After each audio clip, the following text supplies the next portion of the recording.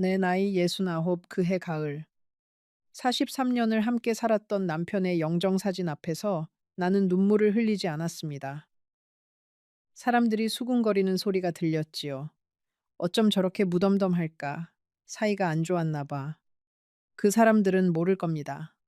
내가 그날 검은 상복 안에서 무슨 생각을 하고 있었는지를 솔직히 말하겠습니다. 나는 그날 마음 한구석에서 이상한 감정을 느꼈습니다. 슬픔 말고 다른 감정. 그건 안도감이었습니다. 43년 만에 처음으로 내 인생이 내 것이 된 것 같은 느낌. 이제는 새벽 5시에 일어나 그 사람 밥을 차리지 않아도 되고 술 취해 들어오는 발소리에 가슴이 철렁할 일도 없고 시댁 식구들 눈치 볼 일도 없다는 그 가벼움. 부끄럽지만 그게 사실이었습니다. 장례식이 끝나고 집으로 돌아오는 길에 며느리가 내 손을 잡았습니다. 어머니, 이제 편안하게 사세요. 아버님 없으니까 어머니 하고 싶은 거 다 하세요. 나는 그 말을 진심으로 믿었습니다. 마흔에 시집 와서 처음으로 누군가가 나를 위해 주는 말을 한다고 생각했지요. 그 며느리의 미소가 얼마나 따뜻해 보였는지 지금도 잊지 못합니다. 그게 어떤 미소였는지 그땐 정말 몰랐어요. 그날 밤 나는 46평짜리 우리 집 거실에 혼자 앉아 있었습니다. 남편이 평생 모은 재산, 강남에 있는 아파트, 시골 땅, 그리고 통장에 들어있는 돈까지 다 내 것이 된 거라고 생각했습니다. 자식들은 다 컸고, 아들은 대기업 다니고, 며느리는 살갑고, 손주들도 예쁘고, 이제 나는 자유로운 새가 된 줄 알았습니다. 이른을 앞두고 얻은 자유, 얼마나 달콤한 단어인지, 그땐 정말 그렇게 느꼈습니다. 그런데 여러분, 잠시만 기다려 주세요. 제가 지금부터 들려드릴 이야기는 그날 밤 이후로 제 인생이 어떻게 무너졌는지에 관한 이야기입니다. 자유라고 믿었던 그 단어가 어떻게 지옥의 다른 이름이었는지, 혹시 여러분 중에도 늦은 나이에 혼자가 되신 분, 자식들만 믿고 살아온 분이 계시다면 댓글로 한 줄만 남겨주세요. 여러분의 이야기도 듣고 싶습니다. 그리고 끝까지 들어주세요. 마지막에 제가 깨달은 한 가지를 꼭 전해드리고 싶으니까요. 남편이 떠난 지 정확히 49일째 되던 날이었습니다. 49제를 마치고 절에서 내려오는 길에 아들이 운전대를 잡고 며느리가 조수석에 앉아 있었지요. 차 안의 공기가 묘하게 무거웠습니다. 아들이 백미러로 나를 한번 보더니 헛기침을 하더군요. 엄마, 저 드릴 말씀이 있는데요. 그 한마디에 나는 왜인지 모르게 가슴이 덜컥 내려앉았습니다. 며느리가 먼저 입을 열었습니다. 어머니, 이제 혼자 그 큰 집에 계시기 힘드시잖아요. 저희가 모시고 살면 어떨까요? 나는 그 말이 너무 고마워서 눈물이 핑 돌 뻔했습니다. 43년 동안 시어머니 모시고 살았던 내 인생을 생각하면 며느리가 나를 모시겠다는 그 말은 기적 같았습니다. 정말 그래도 되겠니? 내가 떨리는 목소리로 물었지요. 며느리는 환하게 웃었습니다. 당연하죠, 어머니. 우리 한 가족이잖아요. 차 안에서 며느리는 계속 이야기를 이어갔습니다. 어머니, 사실 저도 어머니께 늘 죄송한 마음이었어요. 저희 결혼하고 15년 동안 자주 찾아뵙지도 못하고 아버님 돌아가시고 나서 이제는 정말 어머니를 우리가 모셔야겠다 결심했어요. 그 말 한마디 한마디가 메마른 땅에 떨어지는 단비처럼 내 마음에 스며들었습니다. 나는 차창 밖을 보면서 눈물을 닦았습니다. 아들은 운전을 하면서도 가끔씩 백미러로 나를 보더군요. 그 눈빛이 따뜻해 보였습니다. 정말로요. 그때 그 눈빛이 진짜 무엇이었는지 나중에 알게 되었을 때 나는 또 한 번 무너지게 됩니다. 그날부터 나는 모든 걸 정리하기 시작했습니다. 46평 아파트를 팔자고 며느리가 제안했습니다.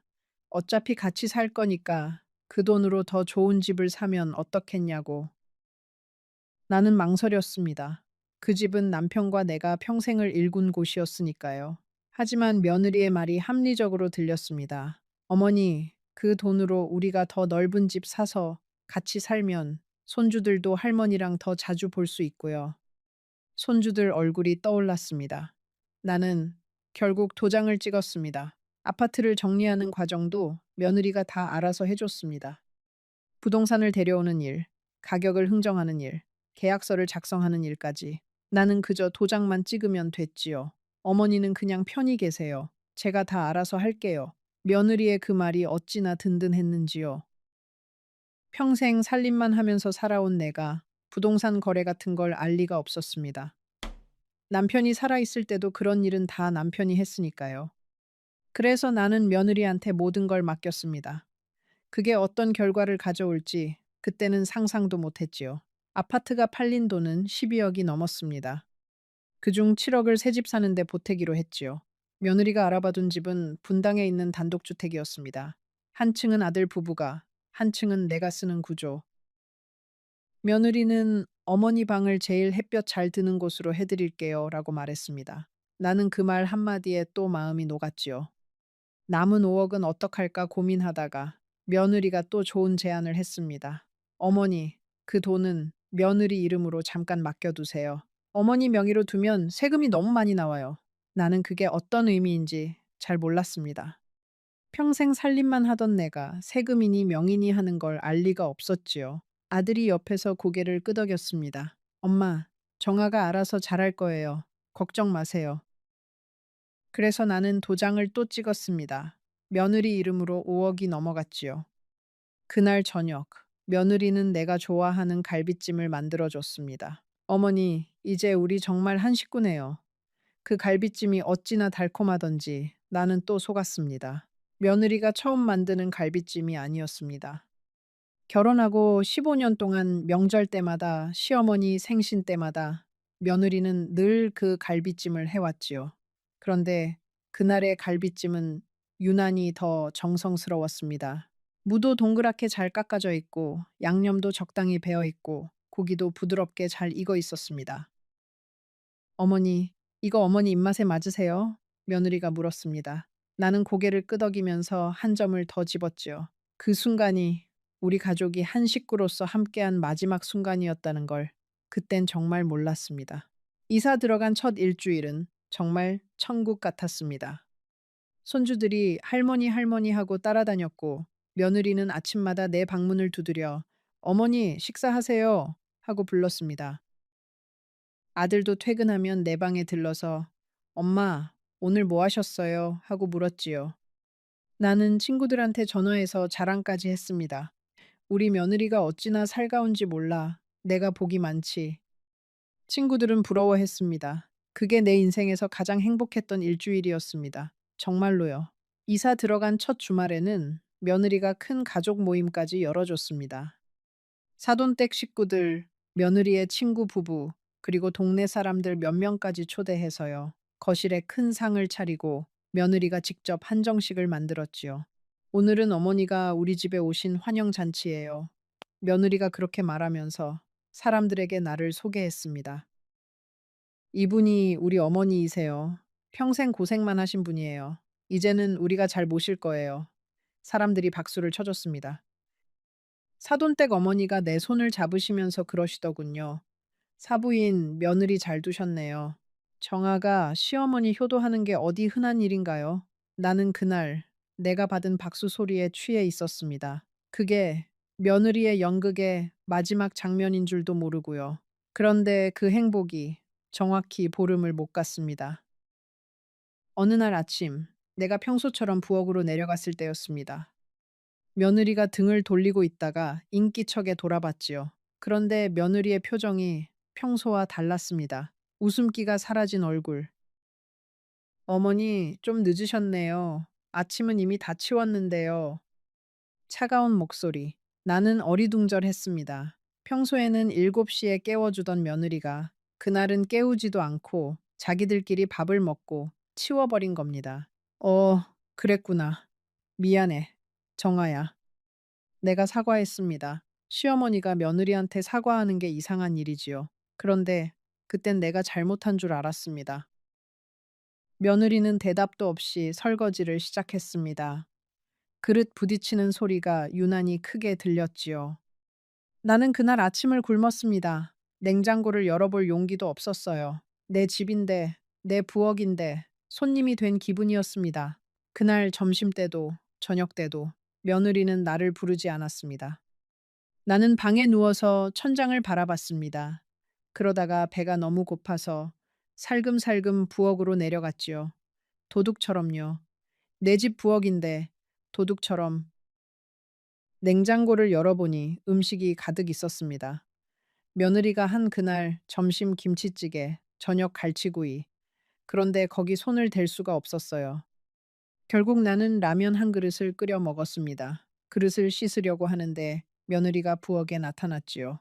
며느리는 한참 동안 나를 쳐다보더니 한마디도 없이 자기 방으로 들어갔습니다. 그 시선이 어찌나 매서웠던지 등에 식은땀이 흘렀습니다. 그날 밤 침대에 누웠을 때 라면 국물 냄새가 옷에 배어 있었습니다. 43년 동안 다른 사람들 밥상을 차렸던 내가 내 집 부엌에서 라면을 훔쳐 먹는 사람이 되어 있다니 천장을 바라보면서 그 사실이 너무 비현실적으로 느껴졌습니다. 옛날 시어머니가 살아계실 때 시어머니는 늘 그러셨어요. 며느리는 시어머니 그릇에 손도 대면 안 된다고요.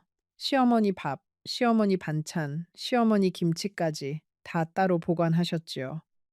40년 전의 그 일이 지금 내 차례가 되어서 돌아온 것 같았습니다. 다만 그때의 시어머니 자리에 며느리가 앉아 있을 뿐이었지요.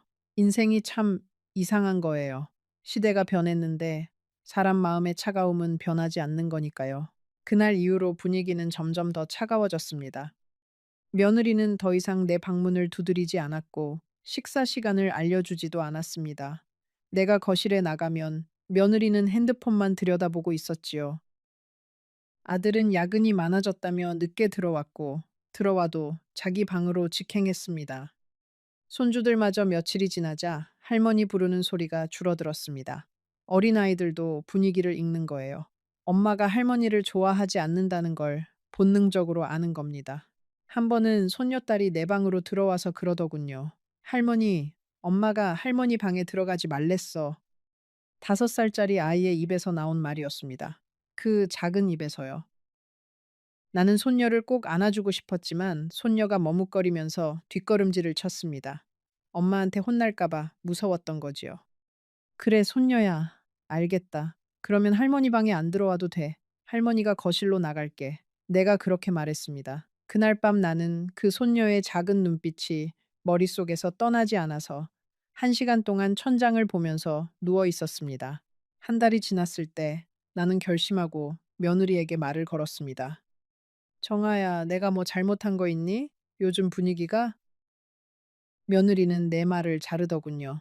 어머니, 제가 직장 다니면서 살림하느라 힘들어요. 좀 이해해 주세요. 그 말투가 어찌나 차갑던지 나는 더 이상 아무 말도 할 수 없었습니다. 그래서 나는 도와주려고 했지요. 청소도 하고 빨래도 개고 손주들 간식도 챙겨주려고. 그런데 그게 또 문제가 됐습니다. 어머니, 제 방 청소는 제가 알아서 해요. 들어오지 마세요. 어머니, 손주들 간식은 제가 다 정해놨어요. 마음대로 주시면 안 돼요. 어머니, 빨래는 분리해서 해야 하는데 어머니가 섞어 놓으셔서 한 번 더 빨았어요. 한마디 한마디가 가시처럼 박혔습니다. 나는 우리 집에서, 내가 돈을 보탠 그 집에서 점점 투명 인간이 되어갔습니다. 아들한테 말해볼까 했지만 아들은 항상 며느리 편이었습니다. 엄마, 정아가 힘들어해요. 좀 참아주세요. 그 말 한마디면 나는 또 입을 다물었지요. 처음으로 그 집을 나가고 싶다는 생각이 든 건 어느 토요일 오후였습니다. 며느리가 친구들을 집으로 불러서 모임을 가졌지요. 거실에서 차를 마시면서 깔깔거리며 웃는 소리가 내 방까지 들렸습니다. 나는 방에서 나가지 않았습니다. 며느리가 미리 그러더군요. 어머니, 오늘 친구들 오는데 어머니는 방에 좀 계셔주세요. 친구들이 어머니 보면 신경 쓰여요. 내 집 거실에서 며느리 친구들이 모임을 하는 동안 나는 내 방에 갇혀 있었습니다. 화장실도 그쪽 사람들이 가버려서 도저히 갈 수가 없었지요. 그 5시간이 어찌나 길던지요. 친구들이 다 돌아가고 나서 내가 방에서 나왔을 때 며느리는 거실에서 케이크 부스러기를 치우면서 콧노래를 부르고 있었습니다. 마치 나는 거기 없는 사람처럼요. 2달이 지났을 때 충격적인 일이 있었습니다. 손녀딸의 다섯 번째 생일이었습니다. 나는 며칠 전부터 손녀 선물을 준비했지요. 백화점에 가서 예쁜 원피스를 사고 케이크 가게에 미리 주문도 해뒀습니다. 그런데 그날 아침, 며느리가 손녀를 데리고 어디론가 나갔습니다. 인사도 없이. 저녁에 돌아와서 보니 손녀가 새 원피스를 입고 있더군요. 며느리가 사준 거였습니다. 그리고 케이크도 이미 다른 걸로 준비해 놨어요. 식탁에 둘러앉은 가족들. 거기에 내 자리는 없었습니다. 어머니는 안 오시는 줄 알았어요. 며느리가 그렇게 말했습니다. 같은 집에 사는 시어머니가 손녀 생일에 안 올 거라고 생각했다고. 나는 그날 밤 내 방에서 혼자 울었습니다. 43년을 살면서 내가 그렇게 외로웠던 적이 없었습니다. 남편이 살아있을 땐 적어도 누군가가 옆에 있었는데 그 사람이 비록 술을 마시고 큰 소리를 쳤어도 적어도 내 존재는 알아줬는데 지금 나는 내 아들 집에서 손녀의 생일에 초대받지 못한 사람이 되어 있었습니다. 그날 밤 내가 산 원피스와 케이크를 어떻게 처리해야 할지 막막했습니다. 원피스는 백화점에서 산 거라 환불도 어려웠고 케이크는 이미 받아둔 거라 먹어야 했지요. 나는 그 케이크를 내 방으로 가져와서 혼자 한 조각을 잘랐습니다. 손녀 이름이 쓰여 있는 그 케이크를요. 한 입을 떴는데 단맛이 아니라 쓴맛이 났습니다. 내 평생 그렇게 쓴 케이크를 먹어본 적이 없었어요. 그날 밤 나는 그 케이크 한 조각을 다 먹었습니다. 그러고는 화장실에 가서 한참을 울었지요. 며느리가 들을까봐 변기물을 자꾸 내렸습니다. 흐느끼는 소리를 감추려고요. 그리고 새벽 2시쯤 내가 침대로 돌아왔을 때 핸드폰을 봤습니다. 손녀가 5살이 되기 전날 내가 손녀한테 보낸 영상 메시지가 있었지요. 할머니 손녀, 내일 5살 생일이지? 할머니가 예쁜 선물 준비했어. 내일 봐. 할머니가 사랑해. 그 영상을 다시 한번 봤습니다. 그 영상 속의 내 얼굴은 행복해 보였습니다. 분당으로 이사 온 지 한 달이 채 안 됐을 때라서요. 그때만 해도 나는 내가 평생을 함께할 가족과 같이 있다고 믿었거든요. 그 영상을 보다가 핸드폰을 가슴에 안고 누웠습니다. 손녀가 내 사랑을 모를 거라는 생각. 그게 다른 어떤 일보다도 더 아팠습니다. 그리고 그 손녀가 자기 엄마한테 어떤 말을 들으면서 자랄지 그게 더 무섭더군요. 할머니가 정신이 이상하시단다. 할머니가 우리한테 못된 짓을 하셨단다. 그런 말을 듣고 자라면 손녀의 기억 속에 나는 어떤 사람으로 남게 될까요? 여기서 잠깐 여러분께 묻고 싶습니다. 혹시 비슷한 경험 있으신 분 계신가요? 자식한테 모든 걸 다 주고도 결국 외톨이가 된 그런 경험. 댓글로 남겨주세요. 나만 그런 게 아니라는 걸 확인하고 싶은 그런 마음이 드는 밤이 있잖아요. 그리고 잠시만 더 들어주세요. 지금부터 나오는 이야기는 정말 믿기 어려울 겁니다. 석 달째 되던 어느 날이었습니다. 내가 우연히, 정말 우연히 며느리의 통화 내용을 듣게 됐습니다. 화장실에 가려고 복도를 지나는데 며느리 방문이 살짝 열려 있었지요. 며느리의 목소리. 엄마, 걱정하지 마. 시어머니 돈은 이미 내 이름으로 다 옮겨놨어. 오빠? 오빠는 몰라. 어머니가 살아계실 동안만 좀 참으면 돼. 나는 그 자리에 얼어붙었습니다. 다리에 힘이 풀려서 벽을 짚고 서 있었지요. 며느리가 말하는 엄마는 내가 아니라 자기 친정 엄마였습니다. 그리고 오빠는 내 아들이었지요. 내 아들도 모르는 며느리만의 계획이 있었던 겁니다. 며느리는 계속 말했습니다. 엄마, 이 집 명의도 곧 내 단독으로 바꿀 거야. 어머니가 노망 들 때까지만 기다리면 돼. 노망. 그 단어가 머릿속에서 메아리 쳤습니다. 며느리는 내가 정신을 잃기를 기다리고 있었던 겁니다. 그래야 자기 마음대로 모든 걸 처분할 수 있으니까. 나는 그날 밤 한숨도 자지 못했습니다. 천장만 바라보면서 어떻게 해야 할지 고민했습니다. 아들한테 말해야 할까? 그런데 아들이 내 말을 믿어줄까? 며느리한테 푹 빠져 있는 그 애가? 그리고 또 한 가지 더 무서운 생각이 들었습니다. 아들도 알면서 모른 척 하는 거면 어떡하지? 그날 새벽 3시쯤이었을까요? 나는 침대에서 일어나서 책상 앞에 앉았습니다. 그리고 종이 한 장에 내 인생을 적기 시작했지요. 22살에 시집 와서 시어머니한테 받았던 구박, 남편이 술 취해 들어와서 던졌던 물건들, 사남매 중 셋을 잃고 마흔에 겨우 얻은 늦둥이, 그 아들 키우려고 새벽 시장에서 김밥 싸서 팔던 시절, 아들 대학 보내려고 식당에서 설거지하던 시간들, 그게 다 무엇을 위해서였을까? 그 종이를 다 채우고 나서 나는 한참을 멍하니 앉아 있었습니다. 그러다가 그 종이를 다시 찢어버렸지요. 누가 볼까 봐서요. 며느리한테 약점이라도 잡힐까 봐서요. 내 인생이 적힌 그 종이를 변기물에 흘려보냈습니다. 다음 날 아침 나는 평소처럼 행동했습니다. 며느리가 차려준 정확히는 자기들이 먹다 남긴 아침을 먹고 거실에서 텔레비전을 봤지요. 며느리의 얼굴을 똑바로 볼 수가 없었습니다. 며느리는 평소처럼 차갑게 말했습니다. 어머니, 오늘 친구 모임 있으세요? 저녁 늦게 들어올게요.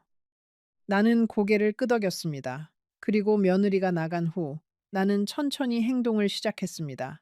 먼저 가까운 은행에 갔습니다. 내 명의로 된 통장이 하나라도 남아있는지 확인하기 위해서요. 직원은 검색을 하더니 미안한 표정을 지었습니다. 어르신, 죄송하지만 활성 계좌가 없습니다. 모든 통장이 정지되어 있었던 겁니다. 며느리가 어떻게 했는지는 모르지만 내 명의로 된 돈이 한 푼도 없었습니다. 통장에 있던 비상금까지 모조리 사라졌어요. 정확히 말하면 며느리 명의로 옮겨져 있었던 거지요. 은행 직원이 나를 한참 동안 바라봤습니다. 그 눈빛에 뭔가 묻고 싶은 게 있었던 것 같았지만 차마 묻지를 않더군요. 나도 더 이상 묻지 못했어요. 부끄러워서요. 일은 가까운 노인이 자기 통장이 어떻게 됐는지도 모른다는 게요. 그래서 나는 그저 고맙습니다 하고 은행을 나왔습니다. 직원이 등 뒤에서 어르신 천천히 가세요 하고 외쳤지요. 그 한마디에 또 눈물이 핑 돌았습니다. 내가 그동안 얼마나 인사 한마디에 굶주려 있었는지 그때 깨달았습니다. 시어머니라는 자리에, 어머니라는 자리에 다 빼앗기고 나서 나는 결국 길거리에서 만난 은행 직원의 한마디에 마음이 풀려가는 노인이 되어 있었던 거예요. 은행에서 나오는데 다리가 후들거렸습니다. 내가 평생 모은 돈, 남편이 평생 일해서 번 돈, 그게 다 어디로 갔는가? 내 손에는 단 한 푼도 없었습니다. 길거리 벤치에 앉아서 나는 오랫동안 그냥 앉아 있었습니다. 비둘기가 발 앞에 와서 모이를 쪼아도 움직일 힘이 없었어요. 그때 핸드폰이 울렸습니다. 모르는 번호였지요. 받았더니 어디서 들어본 듯한 목소리가 들렸습니다. 여보세요. 혹시 김순자 어머님 되시나요? 전화를 건 사람은 옛 친구의 딸이었습니다. 내가 젊을 적 같은 동네에서 살던 영자 언니의 딸. 영자 언니는 10년 전에 돌아가셨고 그 딸이 이제 변호사가 되어 있다고 했습니다. 어머님, 어머님 이야기를 우연히 들었어요. 도와드리고 싶어서 전화드렸어요. 그 따뜻한 목소리에 나는 벤치에서 결국 눈물을 쏟았습니다. 길거리에서 이른 가까운 노인이 누가 볼까봐 손으로 입을 막고 흐느꼈지요. 미경이가 어떻게 내 이야기를 알게 됐는지 나중에 들으니까 이렇더군요. 내가 친구들한테 자랑했던 그 통화, 며느리가 살갑다고 분당으로 이사 간다고 자랑했던 그 통화를 친구가 자기 딸한테 얘기했답니다. 그 친구의 딸이 미경이랑 같은 로펌에 다녔고 우연한 자리에서 미경이가 그 얘기를 들은 거지요. 어머님, 우리 엄마가 살아계실 때 어머님 얘기 자주 하셨어요. 순자가 너무 착해서 걱정이다라고요. 미경이가 그렇게 말했을 때 나는 영자 언니가 떠올랐습니다. 영자 언니. 내가 시집 와서 가장 힘들었을 때 부엌 뒤편에서 나를 안아주던 그 언니. 40년 만에 영자 언니가 자기 딸을 통해서 나를 도와주러 온 거예요. 그 변호사 아이의 이름은 미경이었습니다. 미경이는 나를 자기 사무실로 데려갔습니다. 따뜻한 차를 한 잔 내주면서 천천히 이야기를 들어줬지요. 나는 처음에는 말을 더듬었습니다. 며느리 험담을 하는 게 부끄러웠거든요. 내가 못나서 이런 일을 당했다는 자책감, 자식 잘못 키운 어미라는 죄책감. 그런데 미경이가 내 손을 잡고 말했습니다. 어머님, 이건 어머님 잘못이 아니에요. 절대로요. 그 한마디에 나는 둑이 무너지듯 모든 걸 털어놨습니다. 결혼하고 43년 동안 시어머니한테 받았던 서름, 남편의 폭언, 자식 키우면서 한 번도 내 것이라 부른 적 없는 인생. 그리고 남편이 떠난 후 잠깐 느꼈던 안도감. 그게 죄책감이 되어 다시 돌아온 이야기. 며느리한테 모든 걸 넘긴 이야기. 그리고 어제 들은 그 통화 내용까지. 미경이는 메모를 하면서 들었습니다. 가끔 고개를 끄덕이고 가끔 한숨을 쉬면서요. 미경이는 2시간 동안 내 이야기를 들었습니다. 그 사이에 차를 3번 새로 내려줬지요. 따뜻한 보리차를요. 내가 시집와서 가장 좋아하던 그 보리차. 사돈댁에서는 매번 비싼 녹차만 내줬는데 영자 언니네 집에서는 늘 보리차였습니다. 어머님, 이거 우리 엄마가 어머님 오시면 늘 내주던 차잖아요. 미경이가 그렇게 말했을 때 나는 또 울었습니다. 영자 언니가 살아 있었더라면, 영자 언니가 아직 우리 동네에 있었더라면 내 인생이 이렇게까지 흘러가지는 않았을 텐데요. 외로움이 사람을 어리석게 만든다는 걸 그날 깨달았습니다. 미경이가 말했습니다. 어머님, 솔직히 말씀드릴게요. 이미 명의가 다 넘어간 상태라 되찾는 게 쉽지 않을 수 있어요. 하지만 방법이 있어요. 어머님이 강하게 마음만 먹으시면요. 나는 미경이를 똑바로 바라봤습니다. 그동안 내 안에서 잠자고 있던 무언가가 그제야 깨어나는 것 같았습니다. 어떻게 하면 되니, 미경아? 미경이는 차근차근 설명해 줬습니다. 첫째, 며느리에게 송금했던 돈은 증여가 아니라 명예 신탁이었음을 입증해야 한다는 것. 둘째, 그러기 위해서는 당시의 정황과 약속을 증명할 자료가 필요하다는 것. 셋째, 며느리가 시어머니가 노망 들기를 기다린다는 발언을 했다는 것은 어머니의 재산을 부당하게 취득할 의도가 있었음을 강력하게 시사한다는 것. 나는 고개를 끄덕였지만 막막했습니다. 증거가 어딨단 말인가. 며느리는 항상 영리하게 행동했는데 어머님 천천히 생각해 보세요. 미경이가 말했습니다. 혹시 며느리분이 보낸 문자나 카톡 또는 통화 녹음 같은 거 없으세요? 나는 핸드폰을 꺼내봤습니다. 며느리와 주고받은 카톡이 몇 개 있었지요. 그중에는 며느리가 어머니, 돈은 제가 관리하는 게 세금 면에서 유리해요. 어머니 노후도 제가 책임질게요. 라고 보낸 메시지도 있었습니다. 미경이의 눈이 반짝였습니다. 어머님, 이거 정말 중요한 증거예요. 미경이는 내 핸드폰을 받아서 카톡 메시지 전부를 자기 컴퓨터로 백업했습니다. 그러면서 한 가지를 더 알려줬지요. 어머님, 앞으로 며느리분과 나누는 모든 대화를 녹음하세요. 한국에서는 본인이 참여하는 대화는 녹음해도 합법이에요. 나는 미경이에게서 녹음 방법을 배웠습니다. 핸드폰에 어디를 누르면 녹음이 시작되는지, 어떻게 저장되는지, 평생 핸드폰으로 전화 받는 것만 알았던 내가 그날 처음으로 녹음 버튼을 눌러봤지요. 어머님, 잘 하실 수 있어요. 천천히 연습하시면 돼요. 미경이가 그렇게 격려해 줬습니다. 이른이 다 된 시어머니가 새로 학교에 다니는 어린아이처럼 핸드폰 사용법을 배우고 있었어요. 내 인생이 어쩌다 여기까지 왔는지 그 순간에는 그저 한숨만 나왔습니다. 여기서 잠깐 한 가지 더 말씀드리고 싶은 게 있습니다. 곧 이 이야기의 가장 충격적인 부분이 나올 거예요. 며느리가 왜 그렇게까지 했는지, 그리고 내 아들이 정말 몰랐는지 그 진실이 드러나는 부분입니다. 마음 단단히 잡으시고 끝까지 들어주세요. 그날 밤 나는 집에 돌아왔습니다. 며느리는 평소처럼 차갑게 인사하더군요. 나는 아무 일도 없었다는 듯이 내 방으로 들어갔습니다. 그리고 한 가지 결심을 했지요. 며느리에게서 더 많은 증거를 얻어야 한다. 그러려면 나는 더 약해 보여야 한다. 그날부터 나는 일부러 어수룩하게 행동했습니다. 가스불을 끄는 걸 잊어버린 척, 약 먹는 시간을 놓친 척, 며느리한테 같은 질문을 2번, 3번 묻는 척, 연기를 하는 게 처음에는 너무 힘들었습니다. 정신은 멀쩡한데 일부러 정신이 흐릿한 척을 해야 하니까요. 내가 평생 똑똑한 사람으로 살아온 건 아니지만 적어도 가스불 끄는 걸 잊거나 약 먹는 시간을 놓치지는 않았거든요.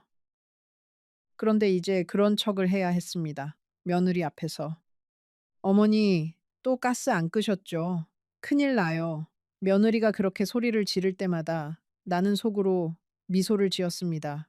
며느리가 내 연기에 속고 있다는 게 느껴졌으니까요. 며느리는 내가 진짜 정신을 잃어가고 있다고 믿었습니다. 그래서 더 노골적으로 변해갔지요. 며느리가 내 연기에 속고 있다는 게 느껴졌으니까요. 며느리는 점점 더 노골적으로 변해갔습니다. 어머니, 정신이 좀 이상해지신 거 아니에요? 그렇게 말하면서 핸드폰으로 뭔가를 찍기까지 했습니다. 나중에 알게 됐지요. 며느리는 나를 치매로 몰아서 후견인 신청을 하려고 했던 겁니다. 그러면 내가 정신이 멀쩡해도 법적으로는 며느리가 내 모든 걸 결정할 수 있게 되니까요. 그런데 며느리는 몰랐습니다. 내가 이미 미경이한테 정신감정을 받아두었다는 걸. 그게 며칠 후 일어날 일에 결정적인 역할을 할 거라는 걸. 정신감정을 받으러 간 날도 기억납니다. 미경이가 같이 갔지요. 큰 병원의 정신과였습니다. 내가 처음으로 정신과에 가본 거예요. 평생 그런 곳은 미친 사람들이 가는 곳이라고 생각했는데 내가 거기 앉아 있었습니다.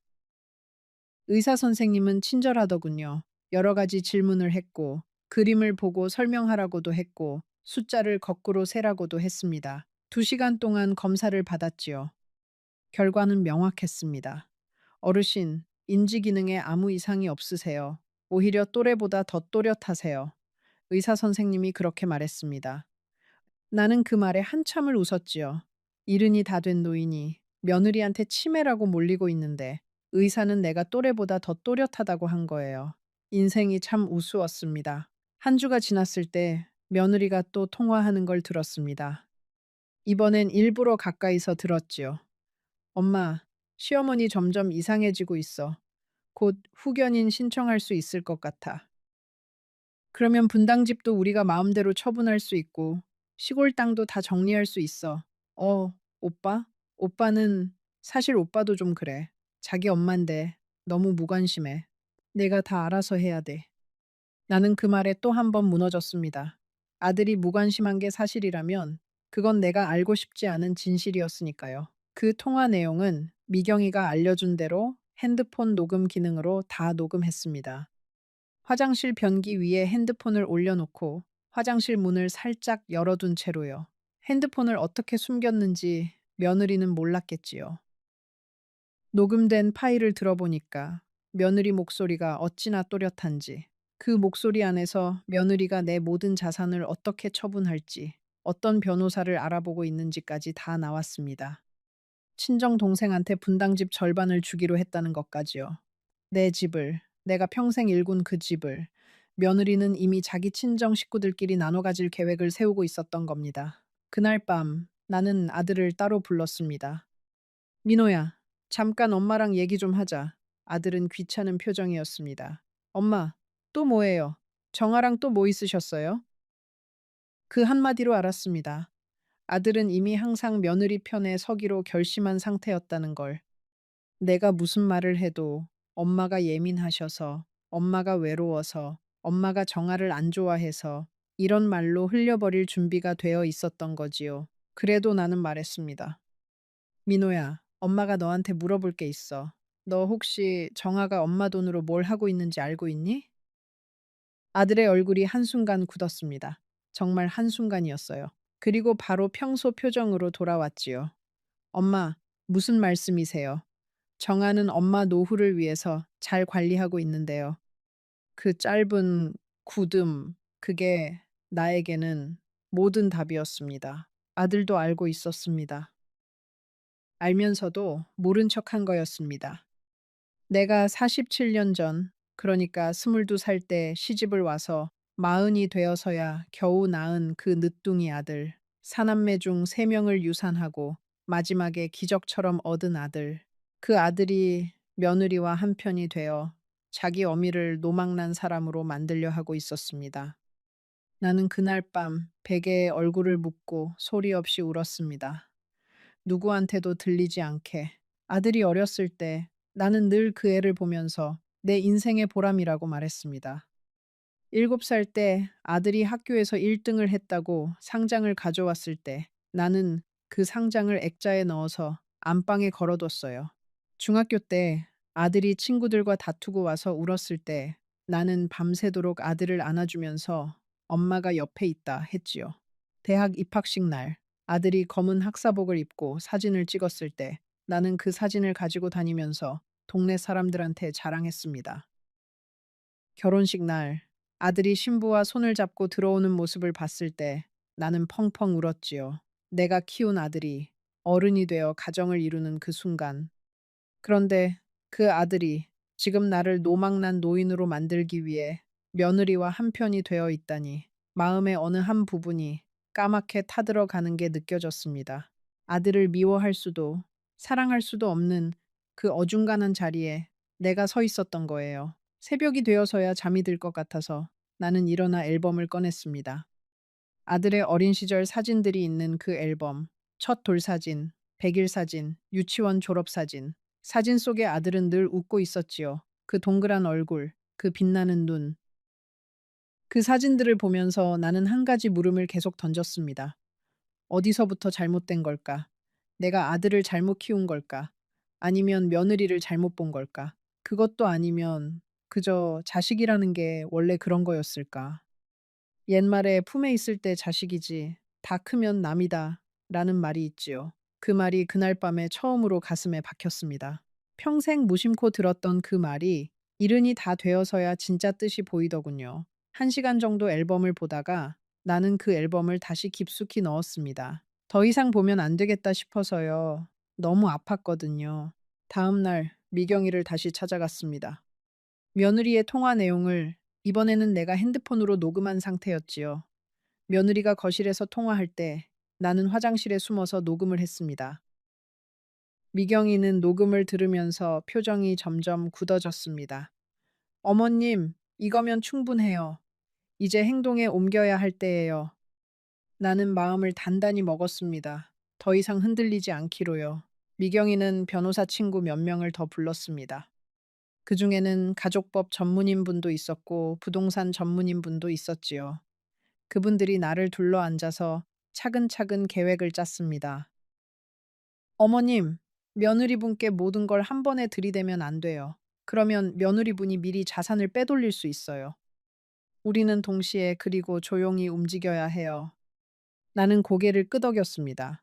평생 가만히 있는 법만 배워왔던 내가 처음으로 무언가를 계획하는 사람이 되어 있었습니다. 그 사무실에 변호사가 4명, 나 1명, 5명이 둘러앉아서 마치 군사 작전을 짜는 사람들처럼 진지했습니다. 큰 종이에 우리 집 식구들 이름과 자산 목록을 다 적었지요. 분당 단독주택, 며느리 명의, 시골 땅 약 1000평, 며느리 명의, 통장 5개, 며느리 명의. 내 명의로 남아있는 건 핸드폰 하나, 신분증, 그리고 결혼 반지 하나. 그게 다였습니다. 70평생을 살았는데 내 명의로 된 게 그것뿐이라니. 가족법 전문이라는 박 변호사님이 한숨을 쉬면서 그러더군요. 어머님, 이런 경우가 점점 늘어나고 있어요. 자식이나 며느리가 부모님 재산을 가로채는 경우요. 그래서 우리가 정말로 도와드려야 해요. 계획은 이랬습니다. 먼저 부동산 등기 부등본을 확인해서 며느리가 어떤 명의 변경을 했는지 모두 추적한다. 둘째, 며느리가 보낸 카톡, 문자, 그리고 녹음 파일을 정리해서 증거 패키지를 만든다. 셋째, 가처분 신청을 해서 며느리가 자산을 처분하지 못하도록 막는다. 넷째, 정신감정 결과서를 통해 내가 멀쩡한 정신을 가지고 있음을 법적으로 증명한다. 다섯째, 며느리에게 정식으로 내용 증명을 보낸다. 한 단계 한 단계가 평생 살림만 하던 나에게는 생소한 단어들이었습니다. 그런데도 나는 받아 적고 외우고 이해하려고 애썼습니다. 그날 미경이 사무실에서 나오면서 나는 처음으로 핸드폰에 메모를 했습니다. 가처분, 명예신탁, 내용증명. 평생 한 번도 써본 적 없는 단어들. 그 단어들이 이제 내 인생을 구하는 열쇠가 되어 있었지요. 지하철을 타고 분당으로 돌아오는 길에 나는 그 메모를 계속 들여다봤습니다. 옆자리에 앉은 아주머니가 흘끔흘끔 나를 쳐다보더군요. 일은 가까운 노인이 핸드폰 화면을 그렇게 진지하게 보고 있으니까 이상해 보였겠지요. 그래도 나는 부끄럽지 않았습니다. 평생 처음으로 내가 내 인생의 무엇인가를 결정하고 있다는 그 감각, 그게 다리에 힘을 줘서 분당역에서 내려서 집까지 걸어가는 그 길이 짧게 느껴졌습니다. 평소에는 다리가 후들거려서 택시를 탔던 그 길이요. 그 사이에도 나는 집에서 계속 어수룩한 척을 했습니다. 며느리는 점점 더 자신만만해졌지요. 내 앞에서 노골적으로 비웃기까지 했습니다. 어머니, 또 약 드시는 거 잊으셨어요? 어머, 정말 큰일이네. 후견인 빨리 알아봐야겠어요. 그럴 때마다 나는 속으로 다짐했습니다. 조금만 더 참자. 조금만 더 참으면 이 모든 것이 끝난다. 며느리는 가끔 친정엄마를 집으로 데려왔습니다. 그 친정엄마라는 사람이 내 또래쯤 됐을까요? 나보다 두세 살은 어려 보였습니다. 그 사람이 우리 집에 와서 거실 소파에 떡 앉아서 며느리한테 명령을 했지요. 정아야, 차 한 잔 가져와라. 그리고 사부인은 어디 계시냐? 사부인이라는 단어를 그렇게 쉽게 쓰는 게 신기했습니다. 평소 명절에 만나면 굉장히 깍듯하던 그 사람이 자기 딸 집에서는 안주인 행세를 했어요. 나는 방에 있다가 사부인 어디 계시냐는 말에 거실로 나갔지요. 그 사람이 나를 위아래로 훑어보더니 사부인 요즘 건강은 좀 어떠세요? 하더군요. 마치 내가 시한부 환자라도 되는 것처럼요. 며느리가 친정엄마한테 무슨 말을 했는지 뻔히 알 수 있었습니다. 이 모든 일이 진행되는 동안 한 가지 더 충격적인 사실이 드러났습니다. 미경이가 등기부 등본을 떼어보니 며느리는 이미 시골 땅까지 자기 명의로 옮겨놓은 상태였습니다. 내가 모르는 사이에요. 어떻게 그게 가능했을까요? 미경이가 알아봐 주었습니다. 그건 내가 49제 직후 며느리가 어머니 행정 처리할 게 있어요 라며 받아갔던 인감 도장과 신분증으로 만든 거였습니다. 한순간의 신뢰가 한 번의 도장이 평생을 일군 모든 것을 잃게 만든 거지요. 여기서 잠깐 여러분 중에 자식이나 며느리에게 인감을 맡긴 경험이 있으신 분 계신가요? 댓글로 꼭 알려주세요. 절대로 인감과 신분증을 한꺼번에 다른 사람한테 맡기시면 안 됩니다. 그게 어떤 결과를 가져올지 저는 직접 경험했으니까요. 그리고 또 한 가지, 아직 이야기의 절반밖에 안 왔습니다. 끝까지 들어주세요. 진짜 반전은 이제부터입니다. 가처분 신청은 한 달이 걸렸습니다.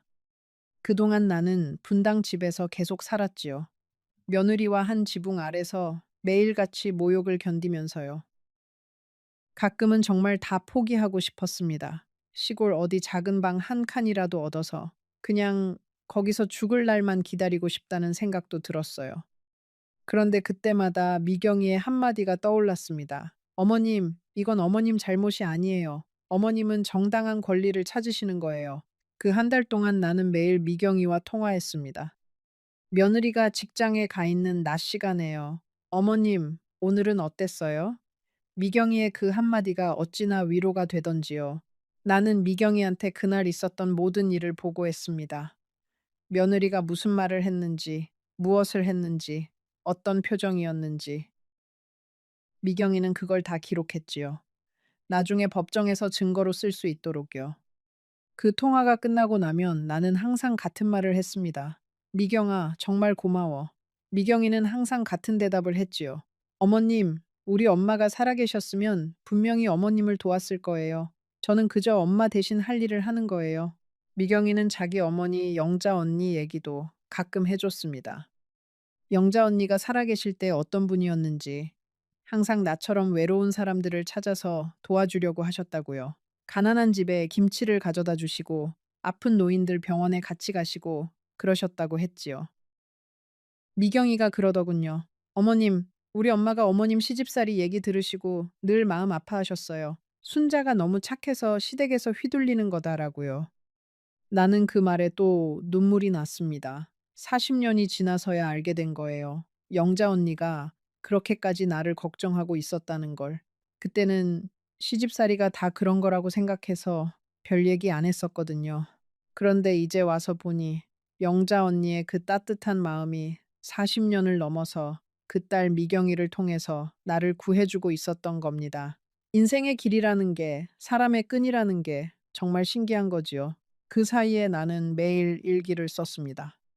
며느리가 한 말, 행동, 그리고 내 느낌까지 모든 걸 자세히 기록했지요. 미경이가 그러는 게 좋다고 했거든요. 나중에 법정에서 증거로 쓸 수 있다고. 매일 밤 일기를 쓰면서 나는 내 인생을 처음으로 객관적으로 보게 됐습니다. 그동안 내가 얼마나 많은 걸 참아왔는지, 얼마나 많은 걸 양보해 왔는지, 그리고 그게 결국 이런 결과로 돌아왔다는 것까지요. 어느 날 밤에는 일기를 쓰다가 갑자기 손이 떨려서 펜을 놓고 한참을 가만히 있었습니다. 43년 전 신혼집에서 시어머니가 나에게 했던 말들이 떠올랐거든요. 순자야, 너는 며느리니까 참아라. 순자야, 너는 어미니까 양보해라. 순자야, 너는 여자니까 마지막에 먹어라. 나는 그 말들을 평생 가슴에 새기고 살았습니다. 그래서 시어머니가 돌아가셨을 때도 진심으로 슬퍼했고, 남편이 떠났을 때도 그 가르침대로 며느리를 위해 모든 걸 내려놓았지요. 그런데 그 가르침이 결국 나를 이 자리까지 끌고 온 거였습니다. 다음 날 일기에는 이렇게 적었습니다. 내일부터는 참지 않겠다. 양보하지 않겠다. 마지막에 먹지 않겠다. 이른에 가까운 나이에 나는 처음으로 내 인생의 규칙을 다시 쓰고 있었습니다. 그 일기장은 미경이 사무실에 숨겨놓았습니다. 분당 집에는 어디 둘 데가 없었거든요. 며느리가 내 방을 자주 뒤졌으니까요. 한 번은 며느리가 내 방에 들어와서 옷장을 열어보고 서랍을 뒤지는 걸 본 적이 있어요. 내가 거실에서 텔레비전을 보고 있다고 생각하고 한 행동이지요.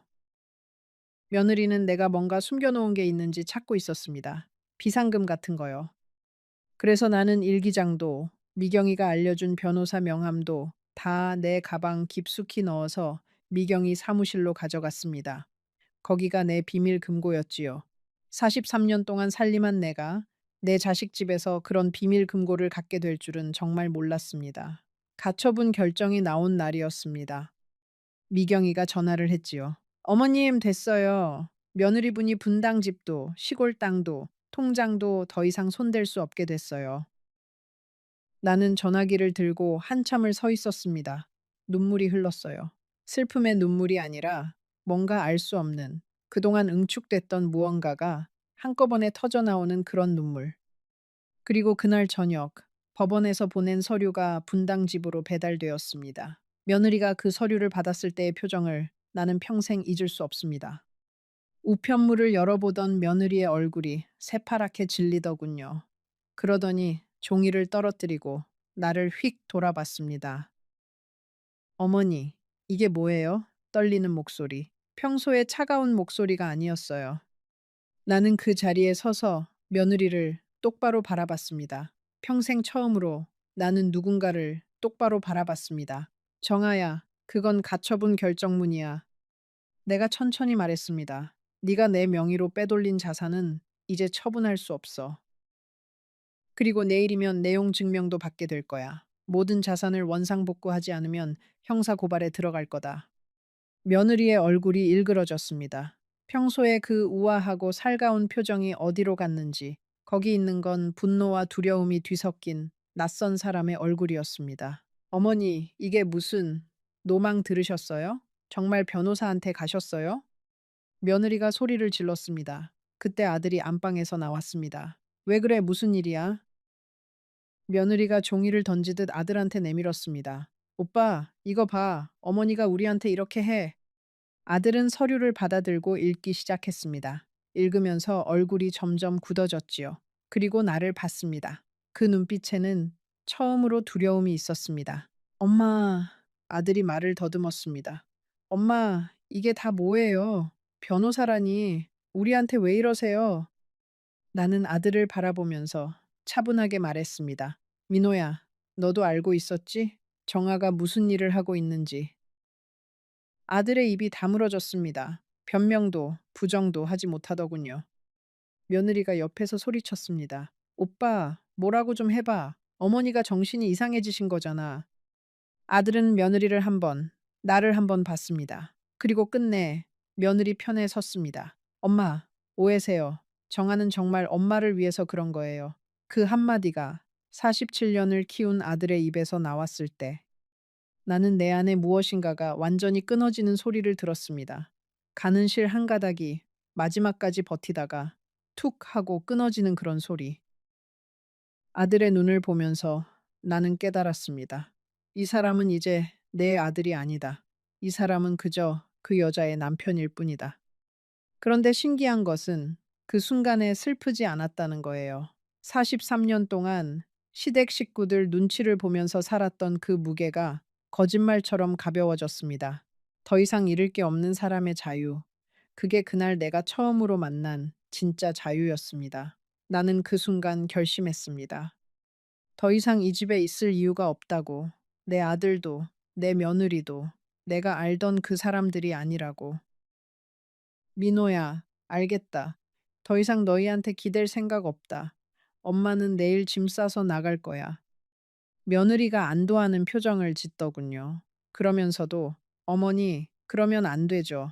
그래도 가족인데 어쩌고 하는 말을 했습니다. 진심이 아니라 모양새 때문에요. 다른 사람들 앞에서 자기가 시어머니를 쫓아냈다는 말 듣기 싫었던 거지요. 그날 밤 나는 짐을 쌌습니다. 큰 짐가방 하나에 옷가지 몇 벌과 사진첩 하나, 그게 다였습니다. 평생 모은 살림 중에 내가 가져갈 수 있는 건 그것뿐이었어요. 가구도, 그릇도 다 분당 집에 있는 거였으니까요. 그리고 그건 며느리 이름으로 등록된 것들이었습니다. 그래도 괜찮았습니다. 정말 괜찮았어요. 처음으로 내가 내 발로 어딘가를 떠나고 있다는 그 느낌. 그건 43년 만에 처음 느껴보는 자유였습니다. 짐을 싸면서 가장 망설였던 건 결혼 사진이었습니다. 사진첩에 있는 그 사진. 22살의 내가 검정 머리에 빨간 한복을 입고 옆에는 26의 신랑이 서 있는 그 사진. 그 사진을 가져가야 할까, 두고 가야 할까 한참을 고민했습니다. 결국 가져가기로 했지요. 그 사진 속에 나는 적어도 자기 인생의 주인공이었으니까요. 그 후로 43년 동안 내가 잃어버린 그 주인공의 자리를 다시 찾을 수 있을지 모르지만요.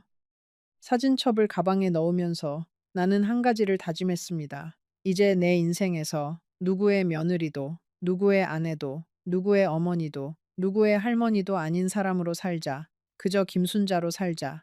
나는 미경이 사무실 근처에 작은 원룸을 얻었습니다. 보증금 1,000만 원에 월세 40만 원짜리 방. 햇볕은 잘 들지 않았지만 내 방이었습니다. 누가 노크하지 않아도 내가 언제 일어나든 언제 자든 내 마음대로였지요. 처음 며칠은 적응이 안 됐습니다. 너무 조용했거든요. 43년 동안 누군가의 소리와 함께 살았는데 이제 들리는 건 시계 초침 소리뿐이었습니다. 그런데 그 조용함이 며칠이 지나니까 안식이 되더군요. 아침에 눈을 떠서 천천히 차 한 잔을 끓이고 창가에 앉아서 마시는 그 시간. 비록 분당 단독주택만큼 화려하지 않아도 그 한 잔의 차가 내 인생에서 가장 맛있는 차였습니다. 평생 누군가의 아침을 차려주기만 했던 내가 처음으로 내가 마실 차를 끓이고 있었던 거예요. 법적 절차는 계속 진행됐습니다. 미경이는 정말 유능한 변호사였습니다. 며느리는 처음엔 강하게 부인했지만 녹음 파일과 카톡 메시지 앞에서는 결국 무너졌지요. 결국 며느리는 모든 자산을 원상복구하기로 합의했습니다. 분당집, 시골 땅, 그리고 통장에 있던 모든 돈까지 형사고발은 하지 않는 조건으로요. 미경이는 형사고발까지 가야 한다고 했지만 나는 그러지 않았습니다. 그건 아직 내 아들의 아내였으니까요. 합의서에 도장을 찍던 날, 며느리는 끝까지 사과하지 않았습니다. 변호사 사무실 회의실에서 며느리는 나를 한 번도 똑바로 보지 않았어요. 자기 변호사 옆에 앉아서 종이만 보고 있었지요. 도장을 찍을 때도 손이 떨리지도 않았습니다. 어떻게 사람이 저렇게 차가울 수 있을까? 내가 그 며느리를 위해서 끓여줬던 갈비찜, 같이 다녔던 가족 여행, 손주들 키워준 시간들이 다 무엇이었나? 회의실을 나오면서 며느리가 마지막으로 한마디를 하더군요. 어머니, 잘 사세요. 그 차가운 한마디. 사부인 할 때부터, 그러니까 결혼한 첫날부터 어쩌면 며느리는 늘 이런 차가운 사람이었는지도 모릅니다. 내가 보고 싶은 모습만 봤던 거지요. 회의실에서 나와서 엘리베이터를 기다리고 있는데 며느리가 먼저 다른 엘리베이터를 타고 내려갔습니다. 같은 건물에서 내려가는데 같은 엘리베이터를 타지 않으려는 그 행동, 그게 마지막이었어요. 그 후로 며느리를 본 적은 없습니다. 미경이가 옆에서 내 손을 잡았습니다. 어머님 끝났어요. 정말 잘 견디셨어요. 그 한마디에 다리에 힘이 풀려서 나는 엘리베이터 앞 벽에 기대 섰습니다. 5달이었습니다. 남편이 떠나고 나서 모든 일이 일어나기까지 5달. 그 5달이 내 인생의 가장 긴 시간이었지요. 43년의 결혼 생활보다도 더 긴 그런 5달이었습니다. 미경이가 데려가 준 작은 식당에서 그날 저녁 갈비탕을 먹었습니다. 40년 만에 처음 먹는 내가 직접 돈을 내고 시킨 갈비탕이었지요. 그 국물 맛을 평생 잊지 못할 겁니다. 여기서 또 잠깐 한 가지 말씀드리고 싶은 게 있어요. 곧 이 이야기의 마지막 부분이 나옵니다. 가장 깊고 가장 아픈 부분이지요. 끝까지 들어주세요. 마지막 한마디까지 꼭이요. 자산을 되찾은 후 나는 분당 집을 팔았습니다. 그 집에서 더 이상 살고 싶지 않았으니까요. 그리고 시골 땅도 정리했습니다. 그 돈으로 나는 작은 빌라 한 채를 샀습니다. 미경이 사무실 근처에. 이른이 다 돼서야 처음으로 내 명의의 집을 갖게 된 거지요. 평생 누군가의 며느리, 누군가의 아내, 누군가의 엄마였던 내가 이제 처음으로 그냥 김순자가 된 겁니다. 그 이름, 43년 만에 다시 만난 내 이름. 그런데 자유는 생각보다 쓸쓸했습니다. 분당 집을 떠난 지 1년이 지났을 때 아들이 한 번도 전화를 하지 않더군요. 손주들도요. 며느리는 자기 친정으로 가버렸고 아들 부부는 별거 중이라는 소문을 들었습니다. 풍문으로요. 직접 알려주는 사람은 아무도 없었으니까요. 손주들의 얼굴이 그리워서 한밤중에 사진을 꺼내본 적이 한두 번이 아닙니다. 이게 자유의 대가였습니다.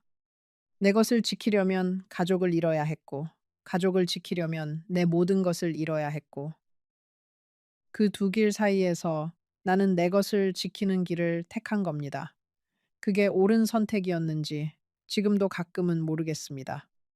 하지만 한 가지는 확실해요. 만약 내가 다시 그 선택을 해야 한다면 나는 또 같은 길을 갈 거예요. 왜냐하면 나 자신을 잃고 가족을 얻는 건 결국 아무것도 아니라는 걸 깨달았으니까요. 가끔 미경이가 나를 보러 옵니다. 영자 언니의 딸 미경이 자기 어머니 친구라서 그런지 나를 친엄마처럼 대해줍니다. 차도 사들고 오고 가끔은 식사도 같이 합니다. 미경이가 그러더군요. 어머님, 어머님 같은 분들이 너무 많아요. 자식 믿고 모든 걸 다 넘기시고 결국 빈손이 되시는 분들요. 그 말을 듣고 나는 결심했습니다. 내 이야기를 다른 사람들한테도 들려줘야겠다고요. 그래서 지금 이렇게 여러분께 이야기하고 있는 겁니다. 이른이 넘은 나이에 처음으로 카메라 앞에 앉아서요. 내 이야기가 누군가에게 도움이 된다면, 누군가가 내가 한 실수를 반복하지 않는다면, 그것만으로도 충분하니까요. 자식한테 모든 걸 다 주지 마세요. 며느리 사위가 아무리 살갑게 굴어도 인감과 신분증은 절대로 한꺼번에 맡기지 마세요. 그리고 무엇보다 자기 자신을 잃지 마세요. 마지막 순간까지 자기 이름을 기억하고 사세요. 남편이 떠난 지 이제 4년이 지났습니다. 처음 남편을 잃었을 때 느꼈던 그 자유, 그게 진짜 자유가 아니었다는 걸 이제는 압니다. 진짜 자유는 누군가가 떠난다고 오는 게 아니라 내가 나 자신으로 일어설 때 오는 거였어요. 누구의 며느리도, 누구의 아내도, 누구의 엄마도 아닌 그냥 김순자로요. 그걸 깨닫는데 일은 가까이 걸렸습니다. 너무 늦었지요. 하지만 늦은 것보단 낫지 않을까. 그렇게 생각해 봅니다. 여러분 중에 혹시 비슷한 상황에 계신 분이 있다면 부디 늦지 않게 깨어나시기 바랍니다. 며느리가 너무 살갑게 굴면 한 번쯤은 의심해 보세요. 아들이 너무 자주 며느리 편을 들면 한 번쯤은 거리를 두세요. 그리고 무엇보다 자기 명의의 무엇 하나는 꼭 끝까지 지키세요. 그게 작은 통장 하나라도, 작은 집 한 채라도 자기 이름으로 된 그 무언가가 있어야 마지막 순간에 자기 자신으로 일어설 수 있으니까요. 오늘 밤도 나는 내 작은 빌라에서 차 한 잔을 끓이고 있습니다. 손주들 사진을 가끔 보지만 더 이상 한밤중에 울지는 않습니다. 가족을 잃은 슬픔보다 나 자신을 찾은 기쁨이 조금 더 크니까요. 비록 그 기쁨이 쓸쓸한 빛깔이라 해도요. 그리고 가끔, 정말 가끔은 분당집 그 거실에서 손주들이 할머니, 할머니 하고 부르던 그 짧은 일주일을 떠올립니다. 그건 진짜였을까? 가짜였을까? 지금도 모르겠습니다. 이 이야기가 여러분께 어떤 의미였을지 모르겠습니다. 그저 한 늙은 여인의 푸념일지도 아니면 누군가에게는 거울이 될지도. 어쨌든 끝까지 들어주셔서 정말로 감사합니다. 자유라는 단어가 누군가에게는 천국이고 누군가에게는 지옥이라는 걸, 그 차이가 결국 자기 자신을 지킬 수 있느냐 없느냐에 달려 있다는 걸, 이것 하나만은 꼭 기억해 주세요. 이 이야기가 마음에 남으셨다면 지금 화면에 보이는 영상을 꼭 시청해 주세요. 제 인생의 또 다른 깊은 이야기를 그 영상에서 들려드립니다. 이 이야기보다 더 깊고 더 마음을 흔드는 이야기일 거예요. 절대로 놓치지 마세요. 여러분, 저는 올해 80이 된 순자라고 합니다. 오늘 제가 들려드릴 이야기는 제 인생에서 가장 부끄럽고 가장 후회스러운 어느 한 시절의 이야기입니다. 65, 그 나이에 저는 다시 한번 결혼이라는 것을 했습니다. 외로워서가 아니었습니다. 그저 통장에 찍힌 숫자가 너무 무서워서였습니다. 남편을 먼저 보내고 혼자가 된 지 7년째 되던 해였습니다.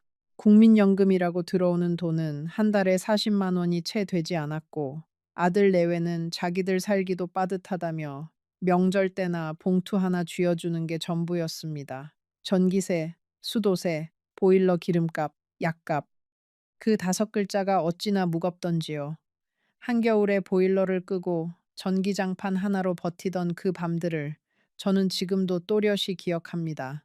그러던 어느 봄날이었습니다. 동네 노인정에서 알게 된 한 할머니가 제 손을 꼭 잡더니 이러시는 겁니다. 순자야, 너 이렇게 살다 죽는다. 내가 좋은 사람 하나 소개해 줄게. 부산에서 작은 식당 하던 사람인데 부인 보낸 지 오래됐고 자식들도 다 출가했고 무엇보다 사람이 점잖아. 그 말 한마디에 저는 마음이 흔들렸습니다. 아니, 정확히 말하면 흔들린 게 아니라 무너졌습니다. 그 남자의 이름은 김영석이라고 했습니다. 저보다 2살 위, 67. 처음 만난 날 그는 흰 와이셔츠에 정장 바지를 입고 나왔습니다. 머리는 단정히 빗어 넘기고 손에는 작은 꽃다발을 들고 있었지요. 그날 저는 거울 앞에서 1시간이나 매무새를 다듬었습니다. 65, 그 나이에 무슨 설렘이냐고 하시겠지만 사람의 마음은 나이를 먹지 않더군요. 그가 저를 보고 환하게 웃으며 순자 씨, 사진보다 훨씬 곱습니다 하고 말했을 때 저는 그 한마디에 마음의 빗장을 풀어버렸습니다.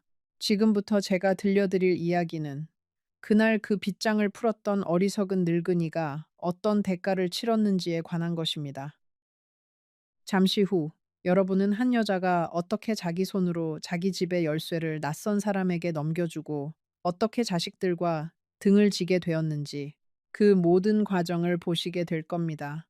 가지 마세요. 지금부터가 진짜 이야기의 시작이니까요. 그리고 혹시 이 이야기를 보시면서 비슷한 경험을 하셨거나 주변에 이런 일을 겪은 분이 떠오르신다면 댓글로 그 이야기를 들려주세요. 저 같은 늙은이의 실수가 누군가에게는 약이 될 수 있을 테니까요. 영석 씨와 저는 만난 지 넉 달 만에 혼인 신고를 했습니다. 결혼식은 따로 올리지 않았어요. 우리 나이에 무슨 면사포냐. 그저 동사무소에 가서 종이 한 장 받아오면 그만이지. 그가 그렇게 말했고, 저도 그게 합리적이라고 생각했습니다. 그때까지만 해도 저는 그가 참 검소하고 합리적인 사람이라고 믿었습니다. 문제는 그 다음부터였습니다. 혼인신고를 한 그 주말, 영석 씨가 짐을 싸들고 우리 집으로 들어왔습니다. 우리 집이라고 말씀드렸지만 정확히 말하면 그건 제 집이었습니다.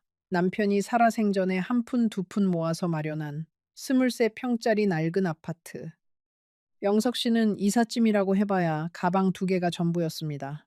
그가 내가 가진 건 이게 다요 하고 멋쩍게 웃었을 때 저는 그게 솔직함이라고 생각했습니다. 가진 게 없어도 마음만 있으면 된다고 늙은 제가 무슨 욕심을 부리겠냐고.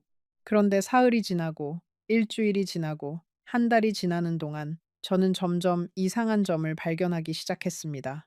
영석 씨는 부산에서 식당을 했다고 했는데 그 식당 이야기를 물으면 늘 말끝을 흐렸습니다. 아, 그건 뭐 옛날 일이지. 그 동네는 이제 다 바뀌었어. 자식들 이야기도 마찬가지였습니다. 아들 하나, 딸 하나가 있다더니 명절에도 연락이 없고 생일에도 전화 한 통 오지 않았습니다. 저는 그게 마음에 걸렸지만 차마 캐묻지는 못했습니다. 사람마다 사연이 있고 가족마다 상처가 있는 법이니까요. 게다가 영석 씨는 저에게는 너무나 다정했습니다. 아침마다 제가 좋아하는 두부조림을 해주고 저녁이면 제 손을 잡고 동네 산책을 나가고 가끔은 길가의 핀들꽃을 꺾어 와서 제 머리에 꽂아주기도 했지요. 65, 그 나이에 누가 저에게 그런 다정함을 보여주었겠습니까? 저는 그 다정함에 취해서 보아야 할 것을 보지 못했습니다. 그가 우리 집에 들어온 지 2주째 되던 날이었습니다. 저는 아침 일찍 시장에 갔다가 평소보다 일찍 돌아왔습니다. 물을 한 단 사들고 현관문을 여는데 안방에서 영석 씨의 목소리가 들렸습니다. 누군가와 전화 통화를 하고 있었지요. 저는 물을 내려놓다 말고 그 자리에 그대로 서서 귀를 기울였습니다. 아, 그래. 알았다니까. 조금만 더 기다려봐. 곧 정리될 거야. 그 사람한테는 내가 알아서 할 테니까. 그 말투가 평소 저에게 말할 때와는 너무나 달랐습니다. 차갑고 사무적이고 어딘가 누군가를 속이는 듯한. 저는 그날 저녁 영석 씨에게 슬쩍 물어보았습니다. 오늘 누구하고 통화하셨어요? 그러자 그가 잠시 멈칫하더니 환하게 웃으며 말했습니다. 아, 옛날 친구야. 한잔 하자고 하는데 내가 거절했지. 당신이랑 오붓이 저녁 먹어야 하니까. 그 한마디에 저는 또 마음이 풀어졌습니다. 사람의 의심이라는 것이 한번 풀어지면 다시 단단해지기까지 얼마나 오랜 시간이 걸리는지 그때는 미처 알지 못했습니다.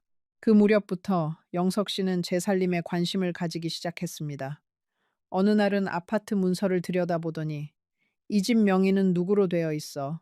하고 물었고 또 어느 날은 통장을 보더니 당신 평생 돈을 잘 모았네 하고 칭찬을 했지요. 저는 그 질문들이 자연스러운 부부 사이의 대화라고 생각했습니다.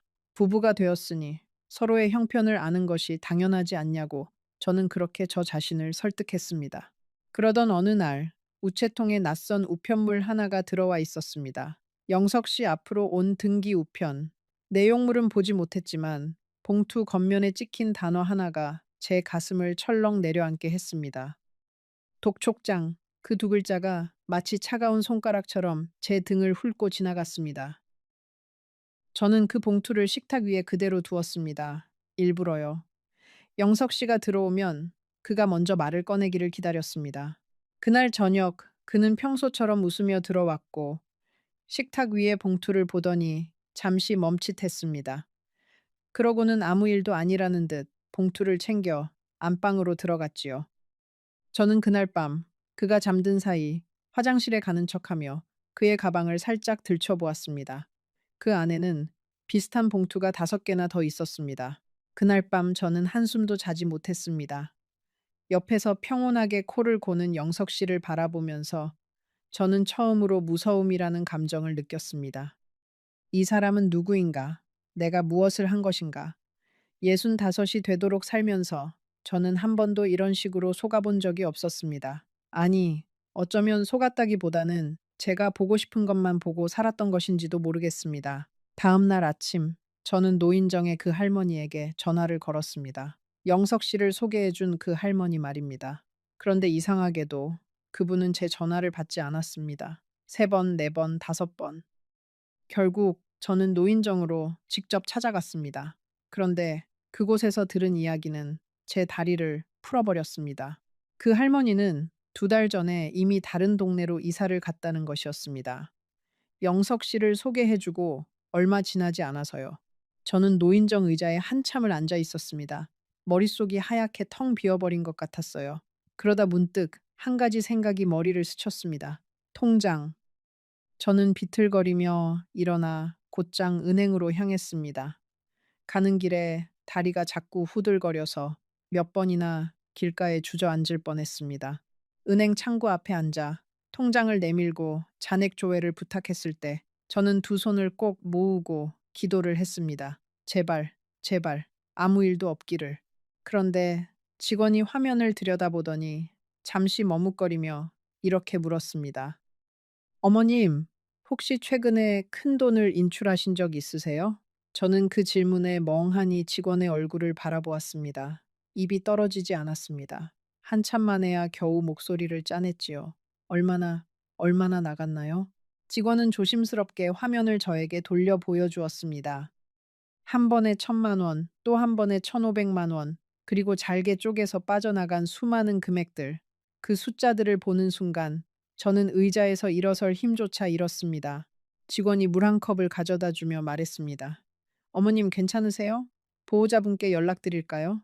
저는 고개를 가로저었습니다. 보호자라는 단어가 어찌나 우습게 들리던지요. 제가 보호받아야 할 사람이 된 것입니다. 평생 두 아이를 키우고 시부모를 모시고 한 가정을 지켜왔던 제가 이제는 누군가의 보호가 필요한 처지가 된 것입니다.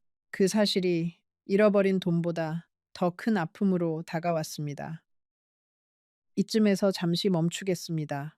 여러분 중에는 분명 이런 생각을 하시는 분이 계실 겁니다. 그러게, 왜 그 나이에 결혼을 해서, 왜 통장 관리도 제대로 못하고, 맞습니다. 저도 그렇게 생각합니다. 하지만 이야기를 끝까지 들어주세요. 잠시 후에 여러분은 제가 왜 그렇게밖에 할 수 없었는지, 그리고 그 결과가 어떻게 더 깊은 수렁으로 저를 끌고 갔는지 그 모든 것을 보시게 될 겁니다. 통장에서 빠져나간 돈은 총 4,300만 원이었습니다. 남편이 남기고 간 사망보험금과 제가 평생 시장에서 나무를 팔아 모은 돈, 그리고 노후를 위해 적금으로 묶어두었던 돈까지 모두 다 영석 씨의 손에 의해서 빠져나간 것이었습니다. 도장과 비밀번호. 저는 결혼 후에 그에게 그것을 맡겼습니다. 당신이 살림을 맡으니 관리하기 편하게 그렇게 말이지요. 그게 얼마나 어리석은 일이었는지 저는 그제야 깨달았습니다. 집으로 돌아오는 길은 마치 다른 세상을 걷는 것 같았습니다. 익숙한 골목, 익숙한 가게, 익숙한 사람들이 모두 낯설게 느껴졌습니다. 저는 현관문 앞에 서서 도어록 비밀번호를 한참이나 누르지 못했습니다. 그 안에 저의 모든 것을 빼앗아간 사람이 앉아 있었으니까요. 문을 열고 들어가자 영석 씨는 거실 소파에 앉아 텔레비전을 보고 있었습니다. 저를 보더니 환하게 웃으며 당신 어디 다녀왔어? 점심은 먹었고? 하고 묻더군요. 저는 그 얼굴을, 그 웃음을 가만히 바라보았습니다. 그리고 처음으로 깨달았습니다. 저 얼굴은 가면이라는 것을, 저 웃음 뒤에는 아무것도 없다는 것을. 저는 그날 저녁 영석 씨에게 통장 이야기를 꺼냈습니다. 떨리는 목소리를 애써 누르며 차분하게 물었지요. 여보, 통장에서 돈이 많이 빠져나갔던데 무슨 일이에요? 그 순간 그의 얼굴이 변했습니다. 그동안 보여주었던 다정한 미소가 사라지고 처음 보는 차가운 표정이 그 자리를 채웠습니다. 아, 그는 잠시 침묵하더니 마치 별일 아니라는 듯 이렇게 말했습니다. 내가 부산에 좀 급한 일이 있어서 우선 돌려막기로 썼어. 곧 갚을게. 곧 갚는다. 그 말을 듣는 순간 저는 알았습니다. 그 돈은 다시 돌아오지 않을 거라는 것을. 저는 그날 밤 안방에서 영석 씨를 마주보고 앉았습니다. 그리고 천천히 한마디 한마디 꾹꾹 눌러 담아 말했습니다. 당신, 부산에서 식당 하다가 빚을 진 거지요. 그래서 도망치듯 올라온 거고. 그의 얼굴이 굳어졌습니다. 자식들이 연락 없는 것도 그 빚 때문이지요. 그렇지요? 그는 한참을 침묵하다가 결국 고개를 끄덕였습니다. 알고 보니 영석 씨는 부산에서 식당을 운영하다가 사기를 당해 큰 빚을 지고 있었습니다. 사채까지 손을 댔다가 결국 자식들에게까지 손을 벌렸고 자식들은 더 이상 그를 보지 않겠다고 등을 돌렸다고 했습니다. 그래서 그는 새로운 시작이 필요했고 그 새로운 시작의 도구로 저를 선택한 것이었습니다. 그가 천천히 자기 이야기를 풀어놓을수록 저는 점점 더 많은 것들이 이해되기 시작했습니다. 왜 그가 결혼식을 하지 말자고 했는지, 왜 자식들 이야기를 그토록 꺼렸는지, 왜 명절에도 그의 휴대전화는 조용했는지, 왜 옛 친구들과의 연락도 거의 없었는지. 그 모든 작은 의문들이 이제 와서 보니 하나의 큰 그림으로 맞춰지고 있었습니다. 저는 그 그림 안에서 가장 어리석은 조연 역할을 하고 있었던 것이지요. 영석 씨는 자기 변명을 늘어놓기 시작했습니다. 내가 처음부터 당신을 속이려고 한 건 아니야. 정말이야. 처음에는 그저 함께 살 사람이 필요했어. 그런데 빚쟁이들이 자꾸 찾아오고 사채 이자가 눈덩이처럼 불어나고 그는 말을 흐렸습니다. 저는 가만히 그의 말을 들었습니다. 화를 내지도 따지지도 않았습니다. 그 모든 말들이 사실은 아무 의미도 없다는 것을 이미 알고 있었기 때문입니다. 그가 무슨 말을 하든 4,300만 원은 돌아오지 않을 테니까요. 저는 그 이야기를 들으면서 이상하게도 화가 나지 않았습니다. 분노보다 먼저 찾아온 것은 깊고 무거운 슬픔이었습니다. 이 남자도 한때는 누군가의 남편이었고, 누군가의 아버지였고, 누군가에게 자랑이었을 텐데, 그 모든 것을 잃고 67 나이에 낯선 여자를 속여야만 살 수 있었던 이 남자의 인생이 저는 가엾기까지 했습니다. 하지만 그 가엾음과는 별개로 저는 결단을 내려야 했습니다. 다음 날 아침 저는 시청에 가서 무료 법률 상담을 받았습니다. 변호사라는 분이 제 이야기를 듣더니 한숨을 푹 쉬더군요. 어머님, 안타깝지만 혼인 관계에서 배우자가 가져간 돈은 형사처벌이 어렵습니다. 민사로 가셔야 하는데 그분이 돈이 없으면 받아내기도 어렵고요. 그 말을 듣고 저는 한참을 멍하니 앉아 있었습니다. 변호사는 한참 저를 바라보더니 조심스럽게 한마디를 덧붙였습니다. 어머님, 솔직히 말씀드리면 이런 경우를 저희가 한두 번 보는 게 아닙니다. 외로운 어르신들을 노리고 접근하는 사람들이 의외로 많습니다. 그분들은 처음부터 결혼 자체가 목적이 아니라 그 뒤에 따라오는 재산이 목적인 경우가 많지요. 그 말을 듣는 순간 저는 가슴 한쪽이 무너지는 것 같았습니다. 그러니까 저는 누군가가 미리 그려놓은 그림의 한 점에 불과했던 겁니다. 어느 외로운 노인 한 사람이 아니라 그 외로운 노인이 가진 작은 재산이 목표였던 것이지요.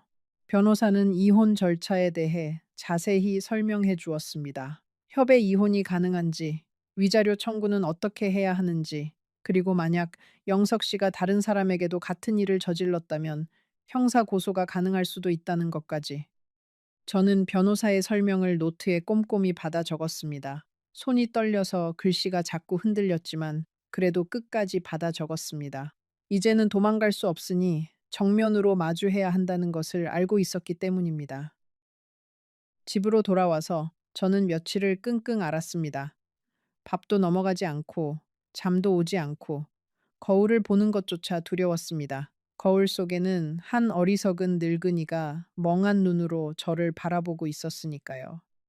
그 어리석음을 마주하는 것이 빚을 잃은 것보다 더 아팠습니다. 그 며칠 동안 영석 씨는 마치 아무 일도 없었다는 듯이 살았습니다. 아침이면 늦게 일어나서 밥을 찾았고, 낮이면 텔레비전을 보았고, 저녁이면 동네 사람들과 어울려 막걸리를 마시고 들어왔습니다. 저는 그 모습을 보면서 한 사람이 이렇게까지 뻔뻔할 수 있다는 것에 놀랐습니다. 4,300만 원을 가져가 놓고도 아무 일 없었던 사람처럼 행동할 수 있다는 그 두꺼운 얼굴이 저에게는 무엇보다 큰 충격이었습니다. 한 번은 그가 술에 취해 들어와서 저에게 이렇게 말한 적도 있었습니다. 여보, 우리 이제 부부니까 통장도 하나로 합치는 게 어때? 살림이 더 편해질 거야. 저는 그 말을 듣고 속에서 무언가가 꿈틀하는 것을 느꼈습니다. 이미 통장이 비워진 것을 알면서도 또 다른 통장에 손을 대려는 그 욕심이 저를 다시 한번 일깨웠습니다. 더 이상 망설이면 안 된다. 더 이상 늦추면 안 된다. 그날 밤 저는 잠을 한숨도 자지 못했습니다. 영석 씨가 옆에서 코를 골며 자는 동안 저는 천장을 바라보며 평생 살아온 시간들을 돌아보았습니다. 시장에서 나무를 팔며 두 아이를 키워낸 그 시간들. 남편이 병으로 누워 있을 때 밤마다 그의 손을 잡고 기도하던 그 시간들. 손주가 태어나서 처음으로 할머니하고 부르던 그 가을 오후. 그 모든 시간들이 영석 씨라는 한 사람에 의해 송두리째 흔들리고 있다는 사실이 저는 도저히 받아들일 수 없었습니다. 평생 쌓아온 제 인생을 5달 만에 무너뜨리도록 둘 수는 없었습니다. 이튿날 아침, 저는 거울 앞에 서서 한참 동안 제 얼굴을 들여다보았습니다. 거기에는 70이 다 되어가는 한 노인이 있었습니다. 눈가에는 주름이 깊었고, 머리는 거의 다 하얗게 셌으며, 두 어깨는 평생의 무게를 지고 살짝 굽어 있었습니다. 그 얼굴을 바라보면서 저는 제 자신에게 약속했습니다. 더 이상은 이 얼굴이 부끄러워지지 않게 살자. 어떤 결정이든 내 두 다리로 서서 내리자. 누군가의 손에 끌려다니지 말자. 그러던 어느 날 큰아들에게서 전화가 왔습니다. 엄마, 명절 때 못 갔는데 잘 지내시지요? 평소 같으면 그저 그런 안부 전화였을 텐데 그날따라 저는 아들의 목소리가 너무나 그리웠습니다. 그래서 저도 모르게 떨리는 목소리로 말이 흘러나왔습니다. 아들아, 엄마가 큰 잘못을 했다. 전화기 너머로 침묵이 흘렀습니다. 아들은 한참 만에 입을 열었지요. 엄마, 무슨 일이에요? 저는 모든 것을 털어놓았습니다. 재혼한 것, 통장이 비워진 것, 그 남자가 사실은 빚쟁이였다는 것까지. 말하는 동안 제 목소리는 점점 작아졌고 마지막에는 거의 들리지 않을 정도로 가늘어졌습니다. 아들은 한참을 말이 없었습니다. 그리고 마침내 입을 열었을 때 그 목소리에는 분노가 가득했습니다. 엄마, 왜 저한테 그런 중요한 일을 말씀 안 하셨어요? 재혼하시는 거 왜 한마디도 안 하셨냐고요? 저는 아무 말도 할 수 없었습니다. 사실은 말하지 못한 게 아니라 말하지 않은 것이었으니까요. 자식들에게 짐이 되기 싫어서 혼자 결정한 일이었으니까요. 아들은 그날 저녁 바로 우리 집으로 달려왔습니다. 영석 씨가 거실에 앉아 있는 것을 보더니 아들의 얼굴이 일그러졌습니다. 두 남자가 거실 한가운데에서 마주 보았습니다. 아들은 42살, 영석 씨는 67. 그 둘 사이에 흐르는 공기가 저는 평생 잊지 못할 겁니다. 차갑고 무겁고 칼날 같았어요. 아들은 영석 씨에게 차분하게 말했습니다. 어르신, 일주일 안에 이 집에서 나가주세요. 그리고 어머니 돈 가져가신 거 한 푼도 빠짐없이 돌려주세요. 영석 씨는 고개를 숙이고 있었습니다. 변명도 하지 않고 항변도 하지 않고 그저 고개만 숙이고 있었지요. 그 모습이 저는 또 마음이 약해질 뻔했습니다. 하지만 아들이 떠난 뒤 영석 씨는 다시 본색을 드러냈습니다. 당신 아들이 뭔데 나한테 이래라 저래라야. 우리는 부부인데 부부 사이에 돈 좀 쓴 게 그렇게 큰 죄야? 그 말을 듣는 순간 저는 마지막 남아있던 정마저 차갑게 식어버리는 것을 느꼈습니다. 부부. 그 단어가 이렇게 무겁고 이렇게 잔인할 수도 있다는 것을 저는 그때 처음 알았습니다. 그날부터 영석 씨는 변했습니다. 더 이상 다정하지 않았고 더 이상 들꽃을 꺾어다 주지도 않았습니다. 그는 종일 거실 소파에 누워 텔레비전만 보았고 끼니 때가 되면 밥 안 줘? 하고 짜증을 냈습니다. 제가 청소를 하거나 빨래를 하면 그 옆에서 콧방귀를 뀌었고요. 마치 이미 다 잃은 마당에 무엇이 두렵겠냐는 듯한 태도였습니다. 저는 그 일주일 동안 집에서 지내는 것이 너무나 괴로웠습니다. 한 집 안에 두 사람이 있는데도 마치 모르는 사람과 같은 공간에 갇혀 있는 것 같았어요. 밤이 되면 저는 안방문을 잠그고 들어갔습니다. 그가 무서워서가 아니라 그의 숨소리조차 듣기 싫었기 때문입니다. 한때 다정하게 손을 잡았던 그 사람의 숨소리가 이제는 칼날처럼 제 귀를 찔렀습니다. 그 일주일 동안 저는 영석 씨를 거의 본 적이 없습니다. 같은 집에 살면서도 우리는 마치 다른 세계에 있는 것 같았습니다. 그가 거실에 있으면 저는 안방으로, 제가 부엌에 있으면 그는 베란다로. 우리는 서로를 피했고 마주칠 때마다 시선을 떨어뜨렸습니다. 가끔 거실에서 그의 한숨 소리가 들려왔습니다. 깊고 무거운 늙은 남자의 한숨. 그 한숨을 들으면서 저는 묘한 감정에 사로잡혔습니다. 측은함도 아니고 분노도 아닌 그저 무겁기만 한 어떤 감정. 엿새째 되던 날 저녁, 저는 부엌에서 혼자 밥을 먹고 있었습니다. 그러자 영석 씨가 조용히 부엌으로 들어와 식탁 맞은편에 앉았습니다. 저는 수저를 멈추지 않았습니다. 그저 묵묵히 밥을 먹었지요. 한참을 가만히 앉아 있던 영석 씨가 작은 목소리로 말했습니다. 순자야, 정말 미안하다. 내가 처음부터 너를 속이려고 한 건 아니었어. 저는 수저를 내려놓고 그를 바라보았습니다. 그리고 천천히 말했습니다. 영석 씨, 변명은 더 듣고 싶지 않아요. 약속한 대로 내일 모레 이 집에서 나가주세요. 그는 더 이상 말하지 않았습니다. 그저 고개를 떨구고 부엌을 나갔습니다. 일주일이 다 되어갈 즈음 영석 씨가 사라졌습니다. 아침에 일어나 보니 그의 가방도 없고 옷가지도 없고 그저 텅 빈 옷걸이만 남아 있었습니다. 그리고 식탁 위에는 종이 한 장이 놓여 있었지요. 거기에는 단 세 줄이 적혀 있었습니다. 미안하다. 다 돌려주고 싶지만 그럴 돈이 없다. 찾지 마라. 저는 그 종이를 한참이나 들여다보았습니다. 미안하다는 그 세 글자가 마치 비웃음처럼 느껴졌습니다. 4,300만 원과 넉 달간의 다정함과 그리고 65 노인의 마지막 자존심까지 가져가 놓고 미안하다는 그 세 글자로 모든 것을 덮으려 하다니. 저는 그 종이를 구겨서 쓰레기통에 던졌습니다. 그리고 그 자리에 주저앉아 소리 없이 울었습니다. 눈물조차 아까울 만큼. 큰아들에게 전화를 걸어 이 소식을 전하자 아들은 한참을 말이 없었습니다. 그러더니 엄마, 일단 짐 챙기세요. 우리 집으로 오세요. 하고 말했습니다. 저는 손사래를 쳤습니다. 아니다. 며느리 눈치도 보일 텐데 어떻게 가니? 그러자 아들이 화를 내듯 말했습니다. 엄마, 지금 며느리 눈치가 문제예요? 엄마 혼자 그 집에 있으면 또 무슨 일이 생길지 어떻게 알아요? 저는 결국 아들의 집으로 갔습니다. 짐이라고 해봐야 옷가지 몇 벌과 평생 모은 사진첩 하나뿐이었습니다. 아들 집 현관에 들어서던 그 순간을 저는 평생 잊을 수 없을 겁니다. 며느리는 환하게 웃으며 저를 맞아주었지만 저는 그 미소 뒤에 숨은 당황과 부담을 분명히 보았습니다. 보지 않으려 해도 보였습니다. 손주는 저를 보고 처음에는 부끄러워했지만 곧 제 무릎에 앉아 그날 학교에서 있었던 일들을 제잘제잘 떠들기 시작했습니다. 손주의 그 작은 손과 손주에게서 나는 비누 냄새가 저에게는 큰 위로가 되었습니다.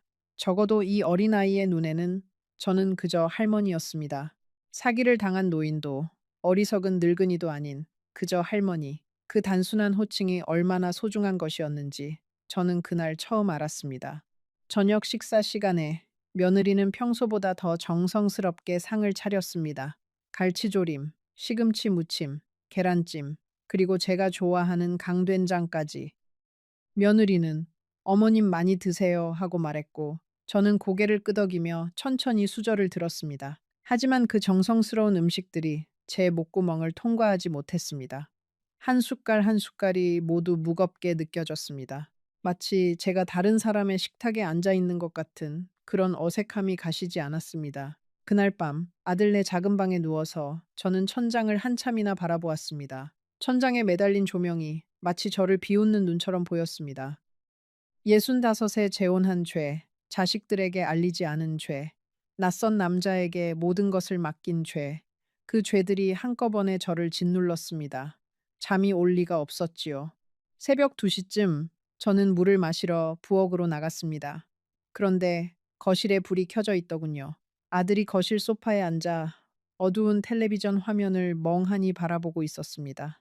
저는 조용히 그 옆에 앉았습니다.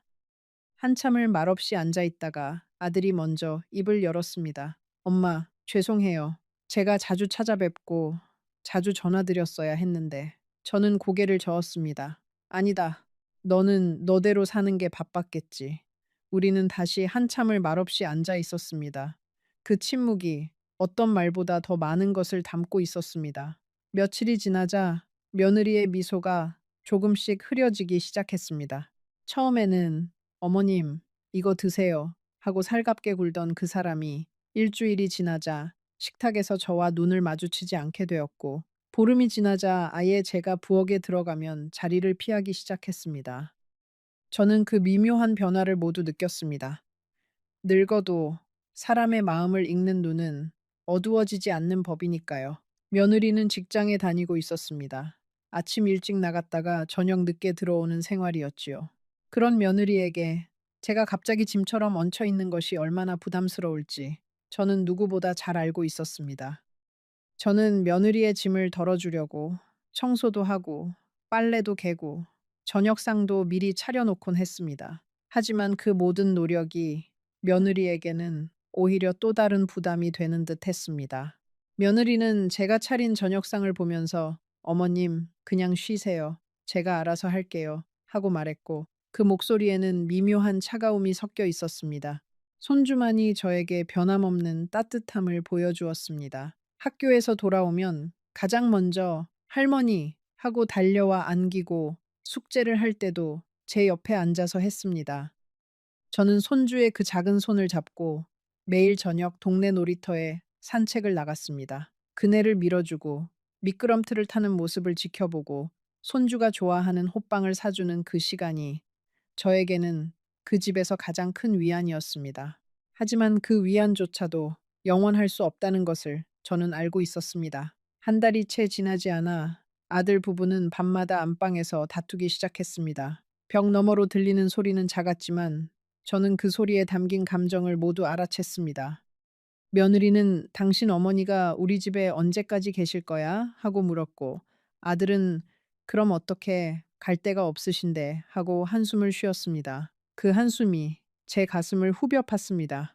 며느리의 목소리는 점점 더 커졌습니다. 어머님이 그런 결정을 혼자 내리신 거잖아. 우리한테는 한마디 상의도 없이. 그런데 왜 결과는 우리가 책임져야 해? 아들이 무어라 대답했지만 저는 그 대답을 정확히 듣지 못했습니다. 다만 며느리의 다음 한마디가 칼날처럼 제 가슴에 박혔습니다. 그리고 솔직히 어머님은 우리 가족이 아니잖아. 당신 어머니지. 그 말이 사실이라는 것이 가장 아팠습니다. 그날 밤 저는 짐을 다시 챙겼습니다. 며느리에게도 아들에게도 짐이 되고 싶지 않았습니다. 짐미대. 아니, 더 정확히 말하면 더 이상 저 자신에게 부끄럽고 싶지 않았습니다. 새벽 5시, 저는 아무에게도 말하지 않고 집을 나섰습니다. 가방 하나를 들고 옛 아파트로 돌아가는 첫 차를 탔습니다. 가방을 챙기면서 저는 손주가 자고 있는 방문 앞에 잠시 멈춰 섰습니다. 문을 살짝 열어보니 손주는 곰 인형을 꼭 끌어안고 새근새근 자고 있었지요. 그 모습을 보면서 저는 가슴이 미어졌습니다. 한 번만 더 안아주고 싶었지만 깨우면 안 되니까 그저 멀리서 그 작은 얼굴을 한참 동안 바라보기만 했습니다. 그리고 마음속으로 이렇게 말했습니다. 할머니가 잠시 자리를 비우는 거야.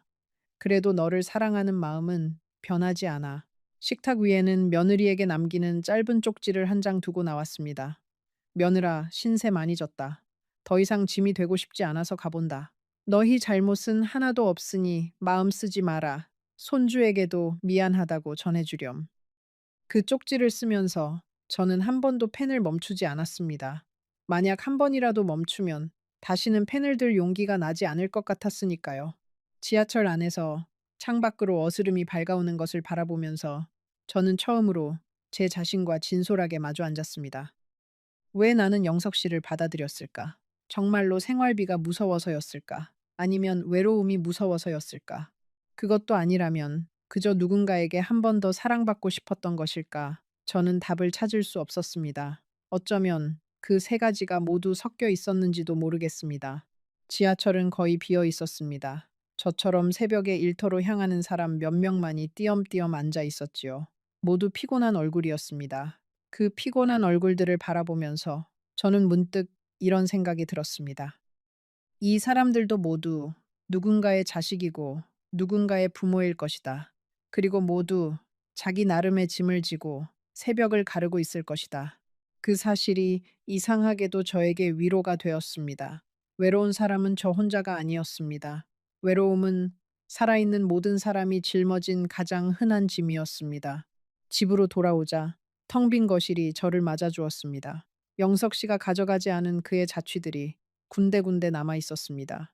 신발장 안에 낡은 슬리퍼 한 짝, 욕실 선반 위에 면도기, 그리고 베란다 구석에 놓여 있던 그의 낚싯대. 저는 그 모든 것을 검은 봉지에 담아 쓰레기 분리수거장에 내다 버렸습니다. 마치 제 안에 남아있는 그의 흔적까지 모두 버리고 싶다는 듯이 집 안 구석구석을 청소하는데 사흘이 걸렸습니다. 침대 시트를 갈고 이불을 빨고 커튼을 떼어 세탁기에 돌리고 거실 바닥을 박박 닦았습니다. 평생 살림을 해온 손이지만 그날만큼은 청소가 그렇게 힘에 부친 적이 없었습니다. 그래도 저는 멈추지 않았습니다. 한 군데 한 군데 청소를 할 때마다 마치 영석 씨가 남긴 그림자가 한 겹씩 벗겨져 나가는 것 같았으니까요. 청소를 마치고 저는 거실에 앉아 평생 모은 사진첩을 펼쳤습니다. 젊은 시절 시장에서 나무를 팔던 사진, 남편과 함께 동해로 여행 갔던 사진, 아들과 딸의 결혼식 사진, 그리고 손주들의 돌 사진까지. 그 모든 사진들이 저에게 한 가지를 말해주고 있었습니다. 당신은 지금까지 잘 살아왔다고. 한 번의 실수로 무너질 인생이 아니라고. 저는 그 사진첩을 한참 동안 어루만지다가 다시 책장에 곱게 꽂아두었습니다. 그러고 나서 저는 동네 작은 가게에 일자리를 구하러 다녔습니다. 65이 넘은 할머니를 받아주는 곳은 거의 없었습니다. 어떤 가게에서는 "어머님, 죄송하지만 저희는 젊은 사람을 찾고 있어서요." 하고 정중하게 거절했고, 어떤 가게에서는 아예 문 앞에서 "사람 안 구해요." 하고 손을 휘저었습니다. 저는 그때마다 고개를 숙이고 돌아 나왔습니다. 부끄러움이라는 감정이 이렇게 무거울 수 있다는 것을 저는 그때 다시 한번 깨달았습니다. 일주일 동안 10군데가 넘는 가게를 돌아다녔지만 모두 같은 대답이었습니다. 어느 날 저녁, 지친 몸으로 집에 돌아와 부엌 식탁에 앉아 있는데 갑자기 눈물이 쏟아졌습니다. 평생 누구에게 손을 벌리지 않고 살았는데 이제는 일조차 할 수 없는 늙은이가 되었다는 사실이 저를 무너뜨렸습니다. 그날 밤 저는 식탁에 엎드려 한참을 울었습니다. 늙은 사람의 울음은 소리가 없습니다. 그저 어깨만 흔들리고 눈물만 식탁 위에 떨어질 뿐이지요. 그러던 중 동네 끝 골목에 있는 작은 반찬 가게 사장님이 저를 받아주셨습니다. 어머님, 일당은 많이 못 드려요. 그래도 와주실래요? 그 말에 저는 고개를 깊이 숙였습니다. 평생 누구에게 그렇게 깊이 고개를 숙여본 적이 없었지요. 가게 사장님은 40살쯤 되는 젊은 여자분이었습니다. 두 아이를 키우면서 가게를 운영하느라 늘 바빠 보였지요. 저를 보더니 어머님 손맛이 좋다고 동네에서 소문이 자자하시던데요. 저희 가게에 오시면 정말 큰 도움이 되실 것 같아요. 하고 말씀하셨습니다. 저는 그 말이 그저 격려의 말일 뿐이라는 것을 알고 있었습니다. 늙은이를 받아주는 데에 무슨 큰 이유가 있겠습니까? 그래도 그 말 한마디가 저에게는 너무나 따뜻하게 들렸습니다. 반찬 가게에서 일을 하는 동안 저는 천천히 회복되어 갔습니다. 새벽에 일어나 콩나물을 다듬고 멸치를 볶고 김치를 담그는 그 단순한 노동이 저에게는 약이 되었습니다. 손에 마늘 냄새가 배고 허리가 아프고 다리가 부어도 저는 그 시간이 좋았습니다. 왜냐하면 그 시간 동안만큼은 영석 씨도 4,300만 원도 며느리의 차가운 눈빛도 잊을 수 있었으니까요. 첫 월급을 받던 날이 생각납니다. 봉투에 든 돈은 그리 많지 않았습니다. 한 달 일당으로 78만 원. 하지만 그 봉투를 받아든 순간 저는 가슴이 벅차올랐습니다. 누구에게도 신세를 지지 않고 누구에게도 빚을 지지 않고 제 두 손으로 벌어들인 돈, 그 무게가 통장에 있던 4,300만 원보다 훨씬 무겁게 느껴졌습니다. 저는 그 봉투를 가슴에 안고 집으로 돌아오는 길에 처음으로 환하게 웃었습니다. 한 달 만의 미소였습니다. 그날 저녁 저는 그 돈으로 작은 화분 하나를 샀습니다.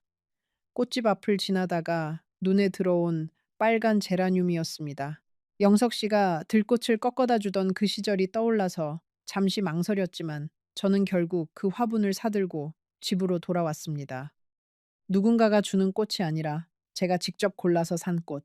그 차이가 얼마나 큰지 저는 그 화분을 거실 창가에 놓으면서 비로소 알게 되었습니다. 그렇게 일을 시작한 지 2달쯤 되었을 때 가게에 자주 오시는 한 손님이 있었습니다. 70살쯤 되어 보이는 할아버지였는데 매일 같은 시간에 와서 같은 반찬을 사가셨습니다. 멸치볶음 한 봉지, 김치 한 봉지, 그리고 두부조림 한 봉지. 처음에는 그저 외로운 노인이려니 했습니다. 그런데 어느 날 그 할아버지가 저에게 조심스럽게 말을 거셨습니다. 사장님, 혹시 그쪽이 만드신 반찬인가요? 맛이 우리 집사람 손맛이랑 너무 비슷해서요. 저는 잠시 멈칫했습니다. 그 한마디가 제 가슴 깊은 곳을 건드렸습니다. 네, 제가 만들었어요.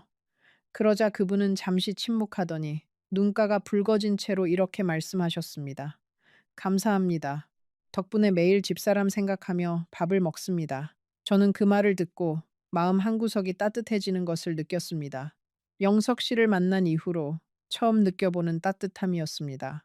그 할아버지의 이름은 박정호라고 했습니다. 부인을 보낸 지 3년째 된다고 하셨고, 자식들은 모두 외국에 살고 있다고 하셨지요. 저는 박 어르신과 가끔 가게 앞 평상에 앉아 짧은 대화를 나누게 되었습니다.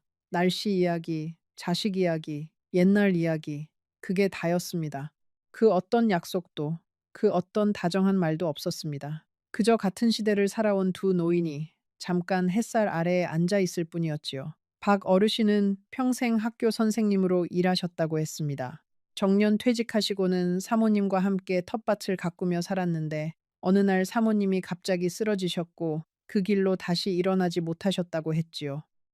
3년이 지났는데도 매일 아침에 일어나면 옆자리가 너무 허전해요. 박 어르신이 그렇게 말씀하실 때 저는 그 마음을 누구보다 잘 알았습니다. 남편을 먼저 보낸 지 7년이 지났지만 저 역시 아침에 눈을 뜰 때마다 그 허전함을 느끼곤 했으니까요. 그런데도 저는 두려웠습니다. 박 어르신이 저에게 친절을 베풀 때마다 저는 영석 씨의 얼굴이 떠올랐습니다. 그도 처음에는 이렇게 친절했지. 그도 처음에는 이렇게 다정했지. 그래서 저는 박 어르신과 마주 앉을 때마다 마음의 벽을 두껍게 쌓아 올렸습니다.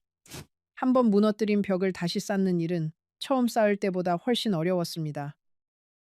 조금만 더 기다려 주세요. 곧 제가 그 두려움을 어떻게 마주했는지, 그리고 영석 씨라는 그림자가 어떻게 다시 제 인생에 찾아왔는지 그 모든 이야기를 들려드리겠습니다. 사실 인생이라는 것은 한 번의 실수로 끝나지 않습니다. 그 실수가 만든 메아리가 한참 후에 또 다른 모습으로 우리 앞에 나타나는 법이니까요. 그러던 어느 가을 저녁, 가게 문을 닫고 집으로 돌아가는 길이었습니다. 골목 어귀에 한 남자가 서 있었습니다. 어둑한 가로등 아래 어깨가 잔뜩 굽은 그 남자의 실루엣이 저는 한눈에 알아보았습니다. 영석 씨였습니다. 5달 만에 그 사람이 다시 제 앞에 나타난 것이었습니다. 저는 그 자리에 그대로 얼어붙었습니다. 도망치고 싶었지만 다리가 움직이지 않았습니다. 영석 씨는 천천히 저에게 다가왔습니다. 가까이서 본 그의 얼굴은 5달 전보다 훨씬 늙어 있었습니다. 볼은 푹 꺼지고 눈은 충혈되어 있었으며 옷에서는 옅은 술 냄새가 났습니다.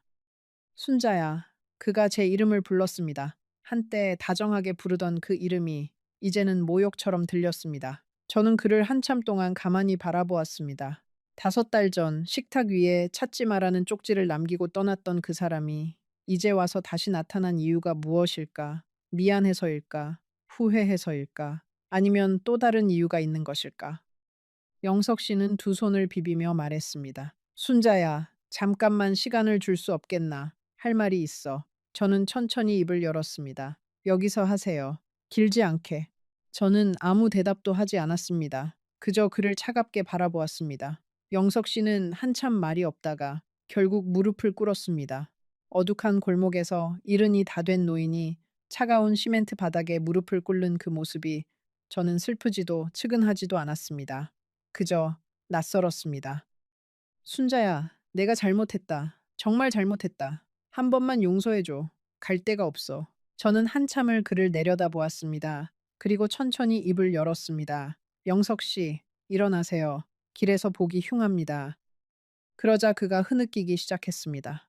늙은 남자의 흐느낌은 어린아이의 울음보다 훨씬 처량했습니다. 그는 자신이 그동안 어떻게 떠돌아다녔는지, 노숙자 쉼터에서 어떻게 잠을 잤는지, 자식들이 어떻게 끝까지 그를 외면했는지, 그 모든 이야기를 토해내듯 풀어놓았습니다. 그가 마지막으로 우리 집을 떠난 뒤 그는 부산으로 내려가려고 했답니다.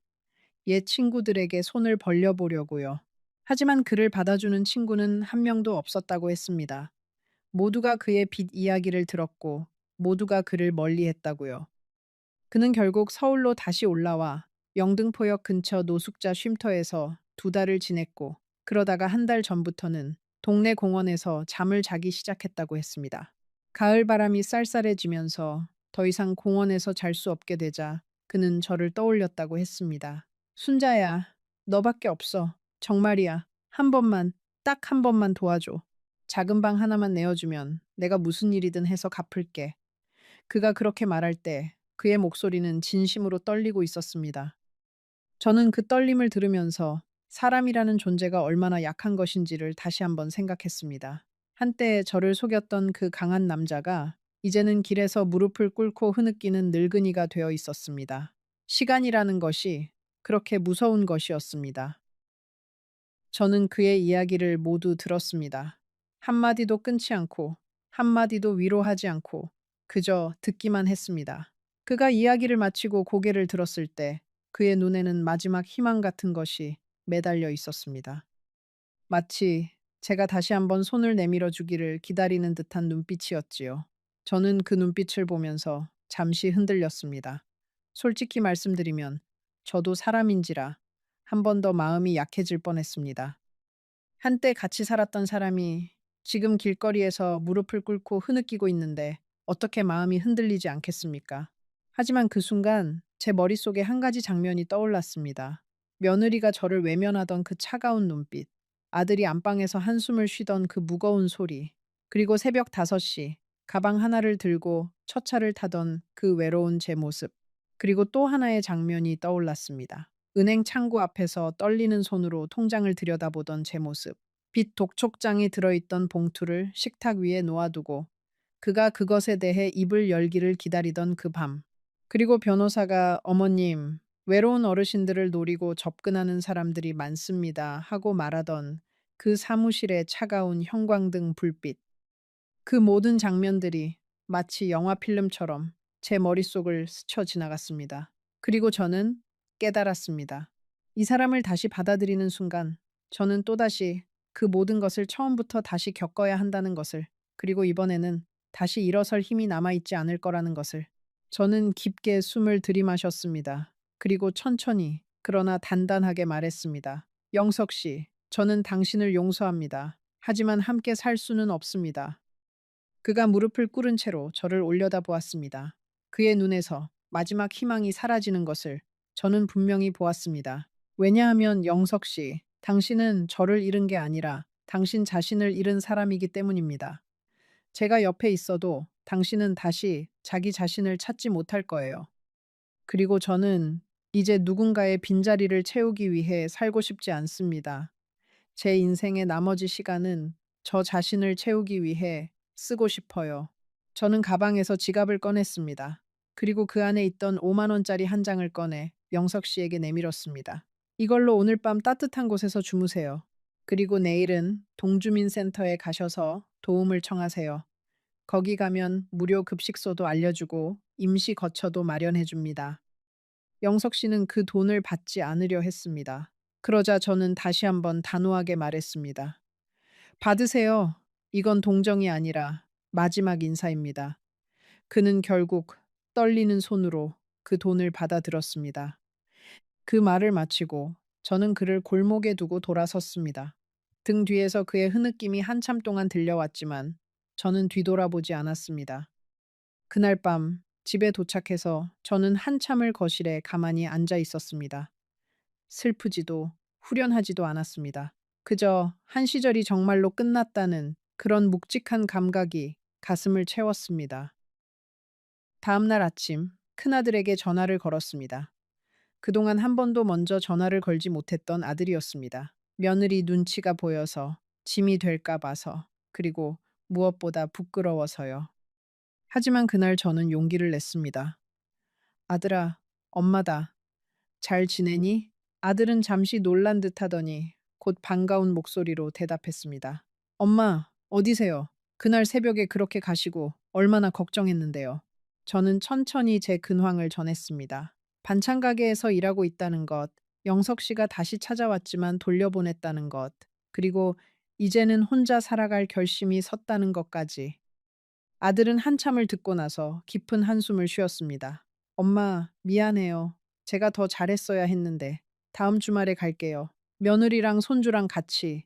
저는 그 한마디에 눈물이 핑 돌았습니다.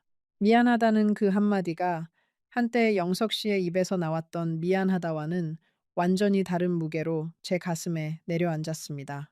전화를 끊고 나서 저는 한참을 부엌 식탁에 앉아 있었습니다. 창밖으로는 가을 햇살이 따사롭게 들어오고 있었지요. 그 햇살을 받으며 저는 처음으로 평온한 미소를 지었습니다. 영석 씨를 만난 지 1년이 다 되어가는 시점이었습니다. 그 1년 동안 저는 너무나 많은 것을 잃었지만 동시에 너무나 많은 것을 배웠습니다. 잃은 것보다 배운 것이 더 크다는 것을 저는 그제야 깨닫고 있었습니다. 그 주말 아들 가족이 정말로 찾아왔습니다. 며느리는 처음에는 어색해했지만 손주가 할머니 할머니 하면서 제 다리를 꼭 끌어안자 그 표정이 조금씩 풀어지는 것을 저는 보았습니다. 우리는 함께 늦은 점심을 먹었고 저는 그동안의 일들을 담담하게 이야기했습니다. 영석 씨에게 속았던 것, 통장이 비워진 것, 그리고 다시 일어서기 위해 일을 시작한 것까지. 며느리는 듣다가 살짝 눈물을 훔쳤고 아들은 제 손을 꼭 잡았습니다. 식사가 끝나갈 무렵 며느리가 조심스럽게 말을 꺼냈습니다. 어머님, 죄송했어요. 그때 제가 어머님 마음을 더 헤아렸어야 했는데. 저는 며느리의 손을 잡고 웃었습니다. 아니다. 네 잘못이 아니야. 내가 너희에게 짐이 되기 싫어서 더 일찍 솔직하지 못했던 게 잘못이지. 그 순간 저는 알았습니다. 진정한 가족이라는 것은 짐을 지지 않으려고 멀리하는 것이 아니라 짐을 함께 나누는 것이라는 사실을요. 며느리는 가방에서 작은 봉투 하나를 꺼냈습니다. 어머님, 이거 많지는 않지만요. 그동안 못 챙겨드린 거 죄송해서요. 저는 그 봉투를 받지 않으려 했습니다. 이제 저는 제 손으로 벌어서 먹고 살 수 있으니까요. 그러자 며느리가 제 손을 꼭 잡으며 말했습니다. 어머님, 받으세요. 받는 게 가족이에요. 그 한마디가 저에게는 어떤 위로보다도 큰 위로가 되었습니다. 저는 그 봉투를 받아 식탁 위에 곱게 올려놓았습니다. 손주는 그날 저녁 저에게 한 가지 부탁을 했습니다. 할머니, 저 다음 주에 항해회 있는데 와주세요. 다른 친구들은 다 할머니, 할아버지가 오시는데 저는 한 번도 안 오셔서요. 저는 그 말을 듣고 가슴이 먹먹해졌습니다. 그동안 저는 며느리 눈치를 보느라 그리고 영석 씨와 함께 사느라 손주의 그런 행사 한 번 가본 적이 없었습니다. 저는 손주의 머리를 쓰다듬으며 말했습니다. 그래, 할머니가 꼭 갈게. 약속한다. 손주가 잠든 사이 며느리는 부엌에서 설거지를 했고 아들은 저와 단둘이 거실에 앉았습니다. 아들이 조심스럽게 입을 열었습니다. 엄마, 아버지가 돌아가신 뒤로 엄마가 얼마나 외로우셨을지 저는 그때 몰랐어요. 제가 자주 찾아뵙고 자주 전화를 드렸으면 엄마가 그런 사람에게 마음을 열지는 않으셨을 텐데요. 저는 고개를 저었습니다. 아니다. 그건 다 내 책임이야. 너에게 책임을 돌리지 마라. 아들은 한참을 말이 없다가 다시 입을 열었습니다. 엄마, 저랑 한 가지 약속해 주실 수 있어요? 이제는 무슨 일이 있으면 작은 일이라도 저한테 먼저 말씀해 주세요. 짐이 될까봐 걱정하지 마시고요. 엄마가 짐이라고 생각한 적은 단 한 번도 없었어요. 저는 그 말을 들으면서 천천히 고개를 끄덕였습니다. 늙은 어머니의 어리석은 자존심이 결국 자식의 마음을 아프게 했다는 사실이 그제야 분명히 보였습니다.